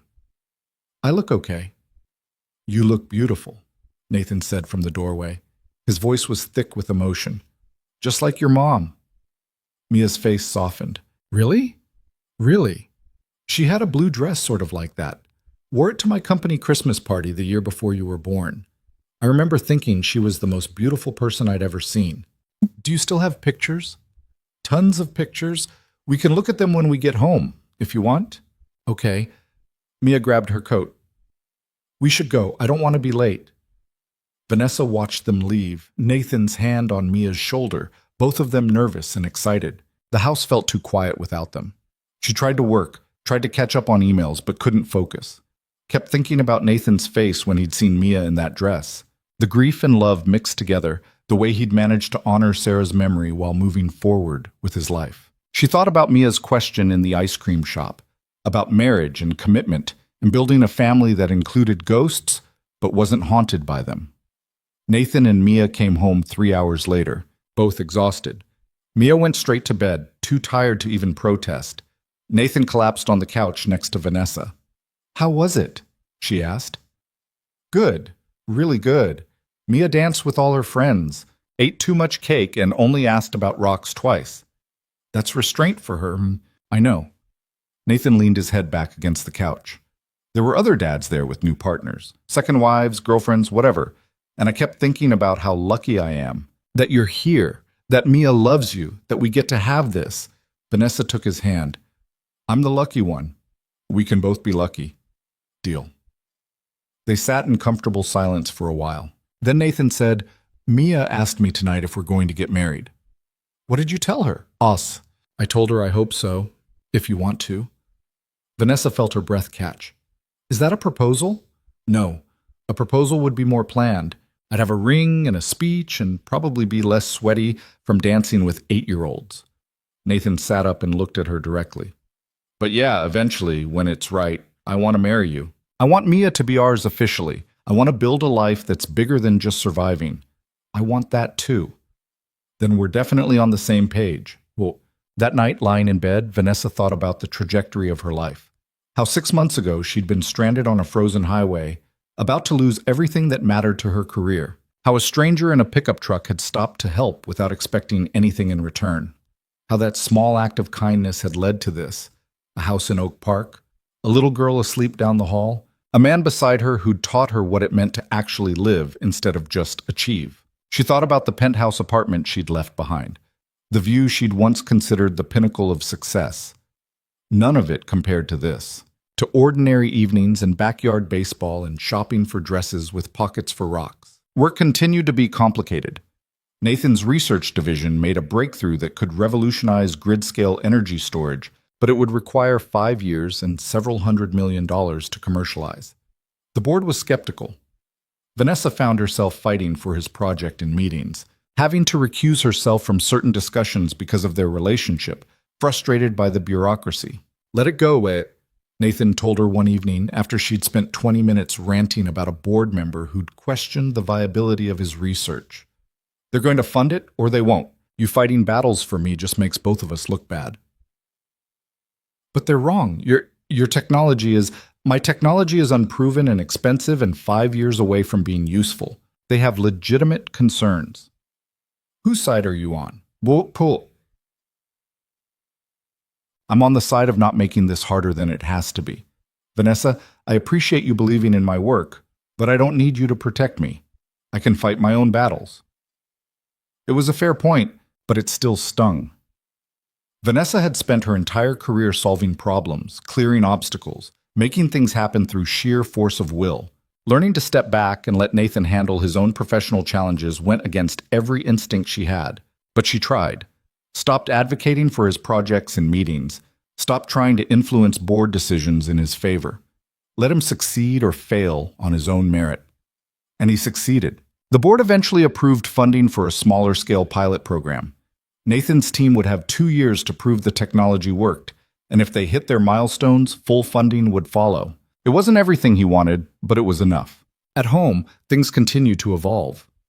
Mia started 4th grade and immediately decided she wanted to learn coding. Nathan tried to teach her, but his patience wore thin when she refused to follow the tutorial exactly and instead tried to invent her own solutions. You have to learn the basics first. Nathan said for the 10th time. But the basics are boring. I want to make a game. You can't make a game until you understand how loops work. I understand loops. Things repeat. See? I learned it. Vanessa watched them argue from the kitchen, trying not to laugh. They were so similar, both stubborn, both convinced their approach was the right one, both completely unable to back down. Maybe she could learn by building the game, Vanessa suggested. Figure out the basics as she goes. They both turned to look at her. That's not how you learn programming, Nathan said. Why not? She learned about space by building models. She learned about rocks by collecting them. Let her learn by doing. Nathan looked skeptical, but Mia was already nodding enthusiastically. Nathan looked. They compromised. Mia would work on her game, but Nathan would help her understand the concepts as they came up. Within a week, she'd built a simple program where a spaceship avoided asteroids. The code was messy and inefficient, but it worked, and Mia was prouder of it than anything she'd done before. You were right, Nathan admitted to Vanessa that night. She learns better by building things. She learns better the same way you do, by seeing problems that need solving. When did you get so good at understanding people? I'm not. I'm good at understanding you two. Everyone else is still a mystery. Fall turned to winter and the holidays approached. It would be their first Christmas together as a family, and everyone had opinions about how to celebrate. Mia wanted a real tree. Nathan wanted to keep things simple. Vanessa had no idea what she wanted because she'd spent the last decade working through the holidays. They compromised by doing everything. Got a real tree that shed needles everywhere. Decorated with a combination of Mia's handmade ornaments and fancy ones, Vanessa bought because she couldn't help herself. Strung lights that Nathan insisted on arranging in a mathematically precise pattern. Baked cookies that were slightly burned because none of them knew what they were doing. On Christmas Eve, after Mia was asleep, Nathan and Vanessa sat by the tree drinking wine and listening to the quiet. This is nice, Vanessa said. It is. I never had this. My family wasn't big on Christmas. We had dinner and exchanged gifts, but it always felt like an obligation. Sarah loved Christmas, Nathan said quietly. Went overboard with decorations, made plans months in advance, basically turned into a holiday tornado. Mia was too young to remember most of it, but I do. Vanessa took his hand. Do you miss it? Sometimes, but this is good too. Different, but good. No. They sat together, thinking about the woman who wasn't there, who'd loved Christmas and building schools, and a man who was learning to love again. Thinking about how grief and joy could exist in the same moment, how moving forward didn't mean forgetting what came before. Christmas morning was chaos. Mia woke them up at 6, demanding to open presents. Nathan made coffee while Vanessa tried to convince Mia that people needed caffeine before dealing with wrapping paper. They compromised by opening stockings first, which bought them 20 minutes. Mia got books and science kits and a telescope she'd been asking about for months. Nathan got practical things.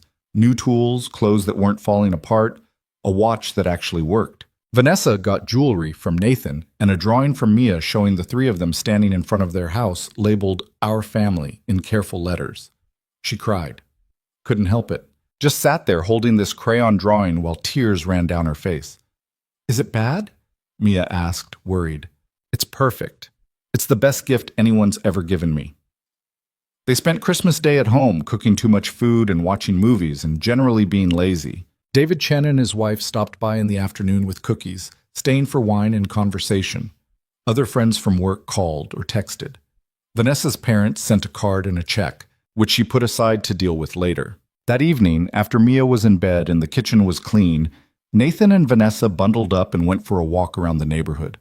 The streets were quiet. Most families already settled in for the night. Christmas lights glowed in windows, and somewhere a few blocks over, someone was playing music. I need to tell you something, Nathan said. Vanessa felt her stomach drop. Those words never led anywhere good. Okay, H-E-O-U. Again.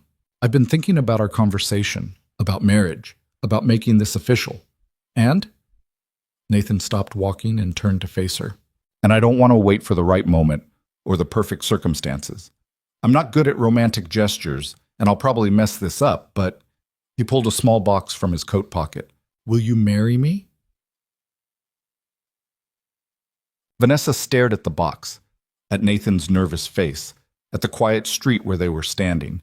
This wasn't a fancy restaurant or a planned proposal. It was just them, on Christmas night, in the neighborhood where they'd built their life together. It was perfect. Yet, she said, obviously yes. Nathan opened the box, revealing a simple ring, nothing ostentatious, just a single diamond on a gold band. He slid it onto her finger with shaking hands. Mia helped me pick it out, he admitted. She said you don't wear flashy jewelry, so we should keep it simple. It's perfect. You're perfect. This whole weird life is perfect. They kissed on the sidewalk while Christmas lights glowed around them. And Vanessa thought about highways and broken cars and sandwiches shared with strangers. About how the worst morning of her life had led to the best night. About how sometimes you had to lose everything to find what actually mattered. When they got home, Mia was standing in the hallway in her pajamas, trying to look like she hadn't been spying. Did she say yes? Mia asked Nathan. She said yes. Mia grinned. I told you she would. You knew? Vanessa asked. Dad asked if it was okay. Said he wouldn't do it unless I was sure. I said I was sure weeks ago, and he was taking too long. Vanessa knelt down to Mia's level. Are you really okay with this? With me becoming your stepmom officially? Mia thought about it seriously. I think so. You're not trying to replace my real mom, right? Never. Your mom will always be your mom. I'm just someone extra who loves you. Okay, then I'm okay with it. Mia paused. Can I still call you Vanessa instead of Mom? You can call me whatever you're comfortable with. Good, because I'm not ready for the mom thing yet. Maybe later. Whenever you're ready, or never. It's up to you. Mia hugged her, the first spontaneous hug she'd ever initiated. Vanessa held on tightly, feeling this little girl's acceptance like a gift more valuable than any ring. That night, lying in bed with Nathan, Vanessa looked at the ring on her finger and thought about the future. There would be a wedding to plan, legal papers to file, a whole new set of complications to navigate. But none of that mattered right now. Right now, she was engaged to a man she loved, living in a house that felt like home, with a little girl down the hall who'd just accepted her into the family. Right now, everything was exactly right. Planning a wedding turned out to be significantly more complicated than buying a house. Vanessa wanted something simple and meaningful. Nathan wanted whatever made Vanessa happy. Mia had extremely specific opinions about everything from flowers to cake flavors, and wasn't shy about sharing them. You can't have roses, Mia announced one Saturday morning while they ate breakfast. They're boring. Everyone has roses. What should we have instead?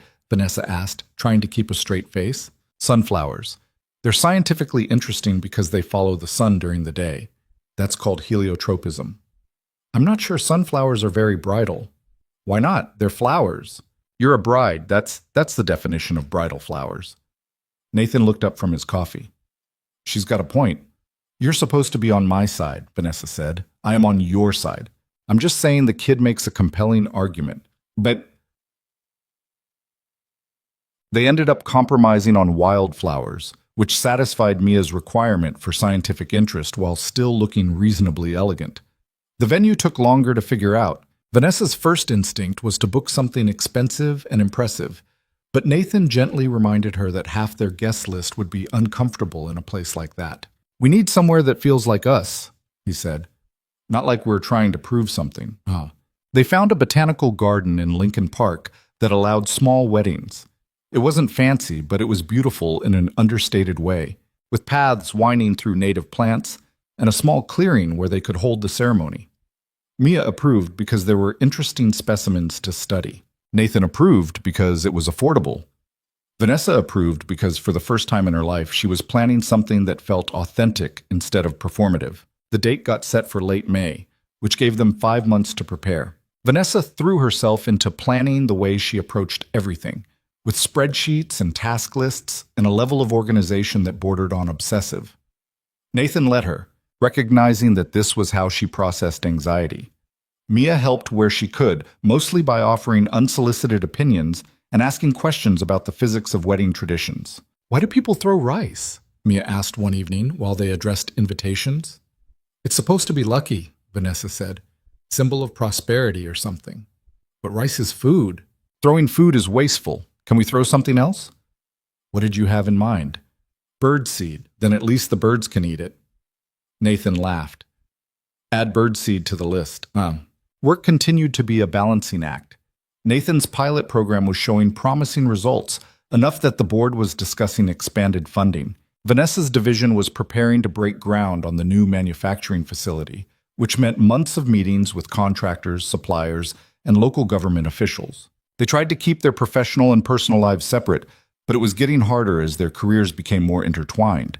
The tension came to a head in March during a board meeting where Nathan was presenting his latest findings.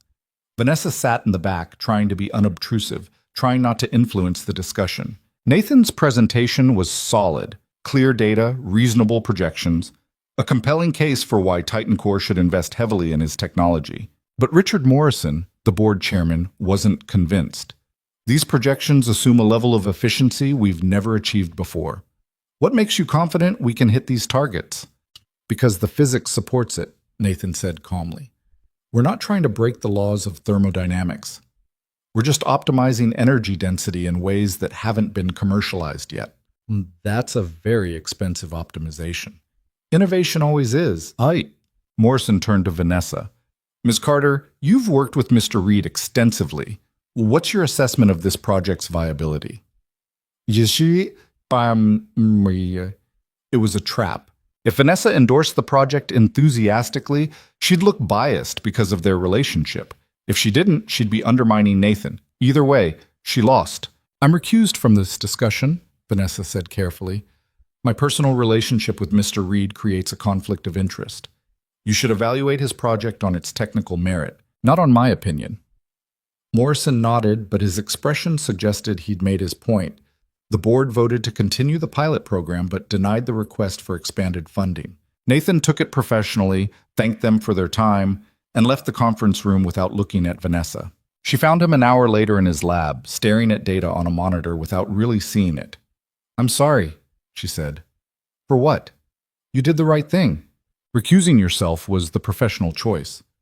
I still feel like I let you down. Nathan finally looked at her. You didn't. Morrison was trying to make me look bad by association. If you'd defended me, it would have worked. This way, the decision was about the technology, not about us. But they still said no. They said not yet. That's different. Nathan leaned back in his chair. Vanessa, I knew what I was getting into when I came back to this industry. I knew it would be slow and frustrating and full of people who don't see what I see. That's fine. I'll prove them wrong eventually. You're not mad at me? Why would I be mad? You handled an impossible situation as well as anyone could. He stood up and kissed her forehead. Go home. I need to finish some things here, but I'll be back by dinner. Vanessa left feeling unsettled. She'd spent her career fighting battles, clearing obstacles, making things happen through sheer determination. But this was a battle she couldn't fight for Nathan, and learning to be okay with that went against every instinct she had. That evening, she talked to Mia while they made dinner together. Nathan was running late, caught up in the lab, which happened more often as his project approached critical milestones. Can I ask you something? Vanessa said, chopping vegetables while Mia set the table. Sure. How do you deal with it when your dad is upset about something and you can't fix it? Mia thought about it seriously. I just stay with him. I can't make the bad things go away, but I can make sure he's not alone. The simplicity of the answer hit Vanessa harder than it should have. Stay with him. Be present. That's what Mia had learned at 8 years old, and somehow Vanessa was still trying to figure it out at 31. That's really smart, Vanessa said. Mom taught me. She said sometimes the best thing you can do for someone is just be there. Nathan came home an hour later looking exhausted. They ate dinner mostly in silence, Mia filling the quiet with stories about school. After Mia went to bed, Nathan and Vanessa sat on the back porch despite the cold, wrapped in blankets and watching the empty yard. I'm tired, Nathan said finally. Of the project? A feeling like I have to prove myself constantly, of watching people dismiss my work because they don't understand it, of being the guy who used to be brilliant instead of the guy who is brilliant. Vanessa took his hand. You are brilliant. Present tense. Everyone who actually works with you knows that. But it's not enough, is it? The people making decisions don't work with me. They just see numbers and risk assessments and a guy who dropped out of the industry for 3 years. So prove them wrong. Keep doing the work. Eventually the data will speak for itself. Nathan looked at her. Is that what you did when you were building your career? Mostly. Though I also got ruthlessly political and stepped on people when I needed to, which I don't recommend. That's comforting. My point is that success takes time. You're comparing yourself to where you were at 28, before everything fell apart. But you're not that person anymore. You're building something different now, and it's going to take longer because you're also being a father and getting married and actually having a life. Maybe I can't have both. Maybe trying to do cutting-edge research while also being present for Mia is just setting myself up to fail at everything. You're not failing at anything. Your research is solid. Mia is thriving. We're getting married in 2 months. None of that is failure. Nathan leaned his head back against the wall. I'm scared. Vanessa. Scared that I'm going to let everyone down. You, Mia, my team.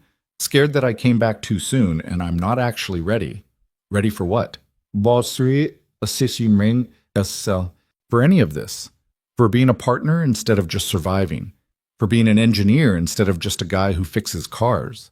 For being happy when I spent 3 years convinced I'd never be happy again. Vanessa felt her throat get tight. She understood that fear intimately, the fear that happiness was temporary, that success was fragile, that everything good would eventually be taken away. They were both carrying that weight, both afraid to trust that this life they'd built together was real and lasting. I'm scared too, she admitted. Scared that I'm going to revert back to being the person who only cares about work. Scared that I'm going to mess up being a stepmother because I have no idea what I'm doing. Scared that one morning I'm going to wake up and realize I don't actually know how to be in a healthy relationship. So we're both terrified. Apparently. That's romantic. We're both terrified. Vanessa laughed despite herself. We're a disaster, so we really are.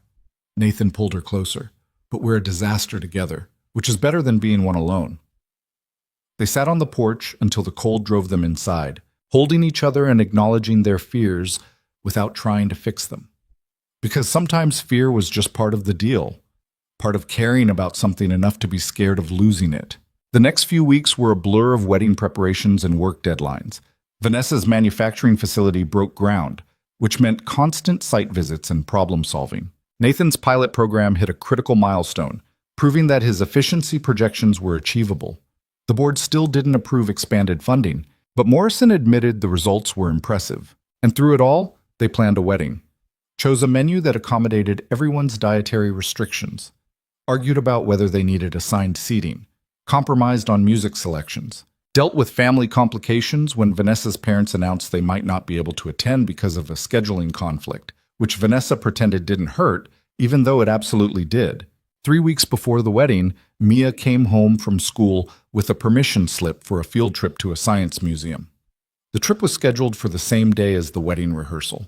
I don't have to go, Mia said when she handed Nathan the form. The field trip's not important. Nathan looked at the permission slip, then at his daughter. You've been talking about this museum for months. You said they have a meteorite collection. But the rehearsal, the rehearsal is just practicing. You don't need to practice. You already know what you're doing. Are you sure? I'm sure. Go to the museum. We'll catch you up on anything important. Mia looked relieved. Thanks, Dad. After she left the room, Vanessa said, Are you really okay with her missing the rehearsal? Yeah, the wedding is important to us, but the museum is important to her. She shouldn't have to sacrifice something she loves just to stand around while we practice walking. Most people would say the wedding takes priority. Most people aren't raising a kid alone while trying to remember how to be in a relationship. I have to pick my battles. And this one's not worth fighting. Vanessa thought about that conversation for days afterward, about picking battles, about letting the people you love have their own priorities, about understanding that love didn't mean demanding someone's full attention all the time. The week before the wedding, Vanessa took a day off work to handle final preparations, or that was the plan. In reality, She spent the morning in back-to-back phone calls dealing with a supplier issue at the manufacturing site, completely losing track of time until Nathan texted asking if she was still planning to meet the florist at 2. Vanessa looked at her phone. It was 1:47. She grabbed her coat and ran. The florist meeting went fine, though Vanessa was distracted and kept checking her phone. Afterward, she sat in her car in the parking lot and acknowledged what she'd been avoiding for weeks. She was falling back into old patterns, letting work consume her, prioritizing problems over people.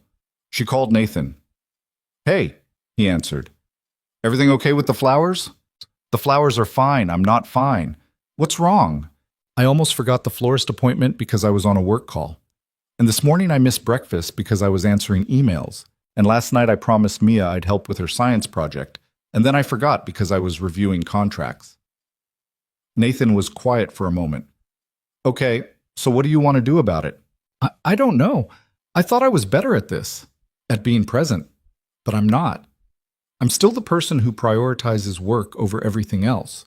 "Vanessa, you're not that person. That person wouldn't notice they were falling back into bad patterns. That person wouldn't care." "But I do care. I care so much it's terrifying. And I'm still screwing it up. Then we fix it, together. Figure out what boundaries you need, what support you need. But beating yourself up doesn't help anyone." Vanessa felt tears prick her eyes. "I don't want to be the person who's too busy for the people she loves. I don't want to look back in 10 years and realize I missed everything important." "Then don't be that person. Starting right now, make different choices. Come home. Have dinner with us. Help Mia with her science project. Be here." "Okay, I'm coming home." That night, Vanessa helped Mia build a model showing how tectonic plates created mountains. It took 3 hours and involved way more papier-mâché than seemed reasonable, but they finished it together. When Nathan came to check on them, he found them both covered in glue and newspaper, arguing about whether the Himalayas counted as fold mountains or thrust fault mountains. "This is disgusting," Nathan observed. "This is science," Mia corrected. "This is definitely going to stain the table." But he was smiling, and Vanessa realized this was what mattered. Not the perfectly clean house or the efficient use of time. Just being here, being present, being covered in papier-mâché glue, because that's what family looked like. The wedding day arrived with perfect weather, sunny and warm, the kind of late May afternoon that made Chicago feel like paradise. Vanessa got ready at the house while Nathan and Mia went to the botanical garden early to help set up. She'd chosen a simple dress, nothing too formal, nothing that screamed billionaire executive getting married, just something that felt like her. Rachel showed up at noon to help with final preparations and provide moral support. "Nervous?" Rachel asked while doing Vanessa's makeup. "Terrified." "Good terrified or bad terrified?" "Good, I think. Like standing at the edge of something huge and not knowing what's on the other side." "That's normal. Marriage is scary." "It's not the marriage part that scares me. It's the being responsible for Mia part. Being a stepmother. What if I'm terrible at it?" Rachel smiled. "Vanessa, I've watched you over the past year. You're already good at it. You just don't realize it yet. I forget things. I get too focused on work. I don't always know what to say when she asks about her mom. And you show up anyway. You try. You love her. That's what matters." They finished getting ready and drove to the botanical garden. The ceremony was small, maybe 50 people, mostly friends from work and a few of Nathan's college buddies. Vanessa's parents had sent regrets, which still stung, but she was trying not to let it ruin the day. David Chen was there with his wife, beaming proudly. The engineers from Nathan's team had come, looking uncomfortable in suits, but genuinely happy. Mia appeared in her blue dress, the same one from the father-daughter dance. She'd insisted on wearing it, saying it was lucky. She was carrying a basket of birdseed, taking her flower girl duties very seriously. "You look pretty," Mia said when she saw Vanessa. "So do you. Are you ready?" "I think so. Are you?" Mia nodded. "Dad's nervous. He keeps checking to make sure he has the rings. That sounds like him. But he's happy too, I can tell. He smiles different now than he used to." Vanessa knelt down to Mia's level, careful not to wrinkle her dress. Thank you for being okay with this, with me becoming part of your family officially. You already were part of it. This just makes it official. Mia paused. Can I tell you something? Of course.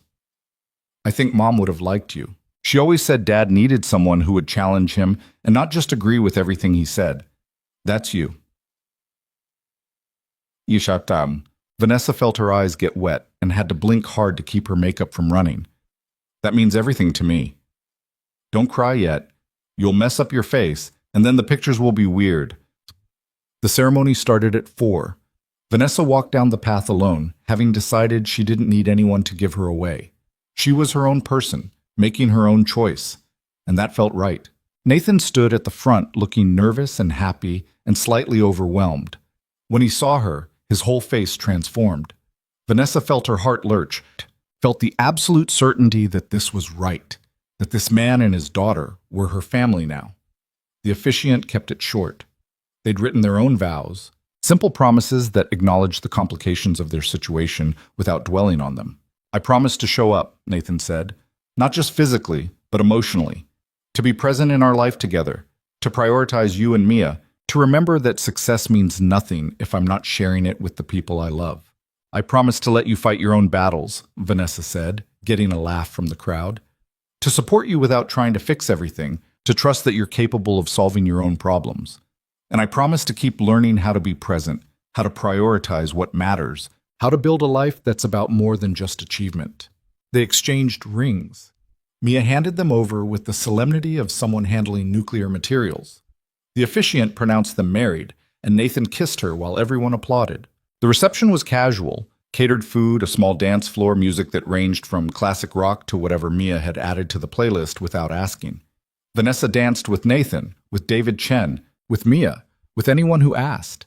She talked to colleagues and friends, accepting congratulations and well wishes, feeling lighter than she had in years. Later, after most guests had left, Nathan found her sitting on a bench near the garden's edge. The sun was setting, turning everything golden. Hey, he said, sitting beside her. You okay? More than okay. This was perfect. Even though your parents didn't come? Vanessa had been trying not to think about that. Yeah, even though their loss, honestly. Nathan took her hand. For what it's worth, I think they're idiots for missing this. You're pretty incredible. You're biased. Completely. But also right. They sat together watching the sunset, and Vanessa thought about the journey that had led here. The broken car on a frozen highway. The sandwich she'd handed to a stranger. The choice to stay when it would have been easier to walk away. All of it had led to this moment, to this garden, to this person beside her who taught her what love actually looked like. Mia appeared, flopping down on the bench between them. Are we going home soon? I'm tired. Yeah, kiddo. Soon. Can we get ice cream on the way? You just ate cake. Ice cream is different. It's celebration ice cream. Nathan looked at Vanessa. What do you think? Celebration ice cream? I think that sounds perfect. They stopped at a diner on the way home, still in their wedding clothes, eating ice cream while other customers stared at them curiously. Mia got chocolate with rainbow sprinkles, same as always. Nathan got vanilla because he was boring. Vanessa tried something called wedding cake flavor because it seemed appropriate. Today was good, Mia said between bites. It was, Nathan agreed. Are things going to be different now that you're married? Vanessa and Nathan exchanged glances. Not really, Vanessa said. We're still us, just more official. Good. I like us how we are. They finished their ice cream and drove home through Chicago streets that felt familiar now, past neighborhoods Vanessa had learned to navigate, toward the house that was actually home instead of just where she kept her things. Nathan carried a sleeping Mia inside while Vanessa got her out of the wedding dress and into pajamas, moving through the routine they'd developed over months of practice. Later, after Mia was settled and the house was quiet, Nathan and Vanessa lay in bed as husband and wife for the first time. We did it, Vanessa said. We did something. Not sure exactly what yet. We became a family. Officially. We were already a family. Today was just paperwork. Important paperwork. Nathan rolled over to face her. Do you ever think about that morning on the highway? How different everything would be if I hadn't stopped. All the time. If you hadn't stopped, if I hadn't given you that sandwich, if either of us had made different choices, none of this would exist. Scary thought. Terrifying. They were quiet for a moment, thinking about all the ways their lives could have gone differently, about how many small choices had led to this moment. I'm glad you stopped, Vanessa said finally. I'm glad you gave me a sandwich. Best turkey and Swiss I ever didn't eat. Oh, Nathan laughed, and they fell asleep tangled together, married and happy, and still slightly terrified of how much they had to lose now. The following Monday, Vanessa went back to work as Vanessa Reed. The name change felt strange at first, like wearing clothes that didn't quite fit, but she got used to it, got used to people congratulating her, to the knowing looks from colleagues who'd watched her relationship with Nathan develop, to the sense that her personal and professional lives had finally integrated instead of existing in separate compartments. Nathan's research continued to make progress. 6 months after the wedding, the board finally approved expanded funding. His technology was proving viable, the efficiency gains real and replicable. Morrison even admitted he'd been wrong to doubt the project, which Nathan accepted graciously without pointing out how satisfying vindication felt. Vanessa's manufacturing facility opened the following spring, producing battery systems that were already changing the EV industry. Titan Core's market share increased dramatically. The stock price hit record highs. Vanessa got promoted to Chief Technology Officer, overseeing not just her division, but the entire technology strategy for the company. It should have been the culmination of everything she'd worked for. And it was satisfying seeing her vision become reality. But it wasn't the most important thing anymore. That spot belonged to what was waiting at home. Mia turned 10 and decided she wanted to be an aerospace engineer, or possibly a geologist, or maybe both if that was allowed. She was still collecting rocks, still asking impossible questions, still challenging everything Nathan and Vanessa told her. But she was also more confident, more secure.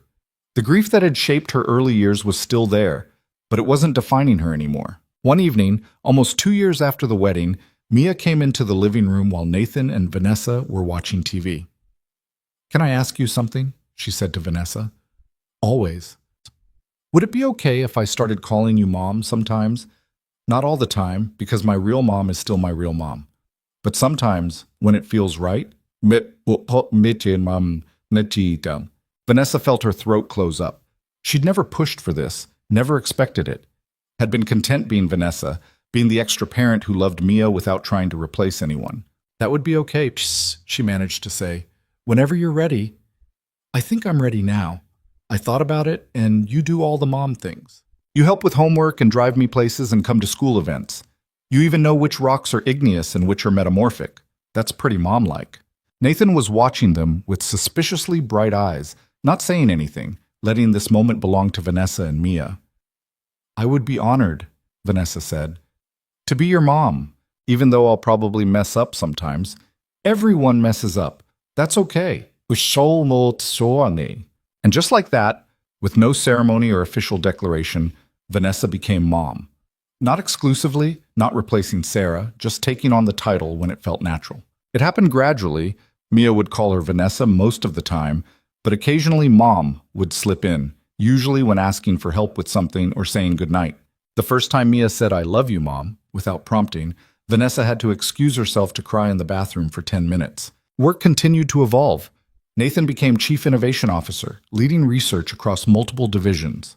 Vanessa and Nathan found themselves in meetings together sometimes, their professional relationship as solid as their personal one. They still kept boundaries, still didn't let their marriage influence business decisions, but they'd learned to navigate the complications. One Saturday afternoon, 3 years after that first morning on the highway, Nathan loaded everyone into his truck, still the same rusty beast, though he'd finally fixed the tailgate and drove them back to Interstate 90. They parked on the shoulder roughly where Vanessa's BMW had died all those years ago. "Why are we here?" Mia asked, looking around at the unremarkable stretch of highway. "This is where I met Vanessa," Nathan explained. "Her car broke down right here. I stopped to help." And that's how you fell in love? Not exactly, but it's how everything started. They stood on the shoulder while traffic screamed past, looking at the spot that had changed all their lives. It wasn't romantic or special, just concrete and asphalt and exhaust fumes, but it was where two lonely people had found each other by accident. "It's not very impressive," Mia observed. Nathan laughed. No, it's really not. But it's important anyway. Yeah, kiddo. It's important anyway, said. They took a photo there, all three of them standing on the shoulder, Mia in the middle, the highway behind them. It would go in the album with all their other photos, just another moment in the life they'd built together. On the drive home, Mia fell asleep in the back seat, exhausted from a morning at the Science Museum. Nathan and Vanessa rode in comfortable silence, the way they'd learned to exist together over the years. Do you ever miss it, Marcel? Vanessa asked. Your old life, before everything changed? Nathan thought about it. Sometimes I miss Sarah, miss having her here to see Mia grow up. But the life I had then? No. I was so focused on work that I missed what mattered. I don't want to go back to that. Me neither. I keep thinking about who I was before we met. That woman was successful but so lonely. She had everything except the things that actually mattered. And now? Now I have everything that actually matters. The rest is just bonus. They arrived home to find a package on the porch, a delivery Mia had been waiting for. Inside was a book about meteorites and a small sample kit with actual fragments from space. Mia woke up immediately when she saw it, all exhaustion forgotten, and spent the next hour examining each specimen with scientific intensity. This is from the Canyon Diablo meteorite, she read from the documentation. Estimated to be 4 billion years old. That means this rock existed before Earth had oceans. That's older than your dad, Vanessa said. Significantly older, Nathan agreed. Everything's older than you, Dad. You're just regular old. Thanks, kiddo.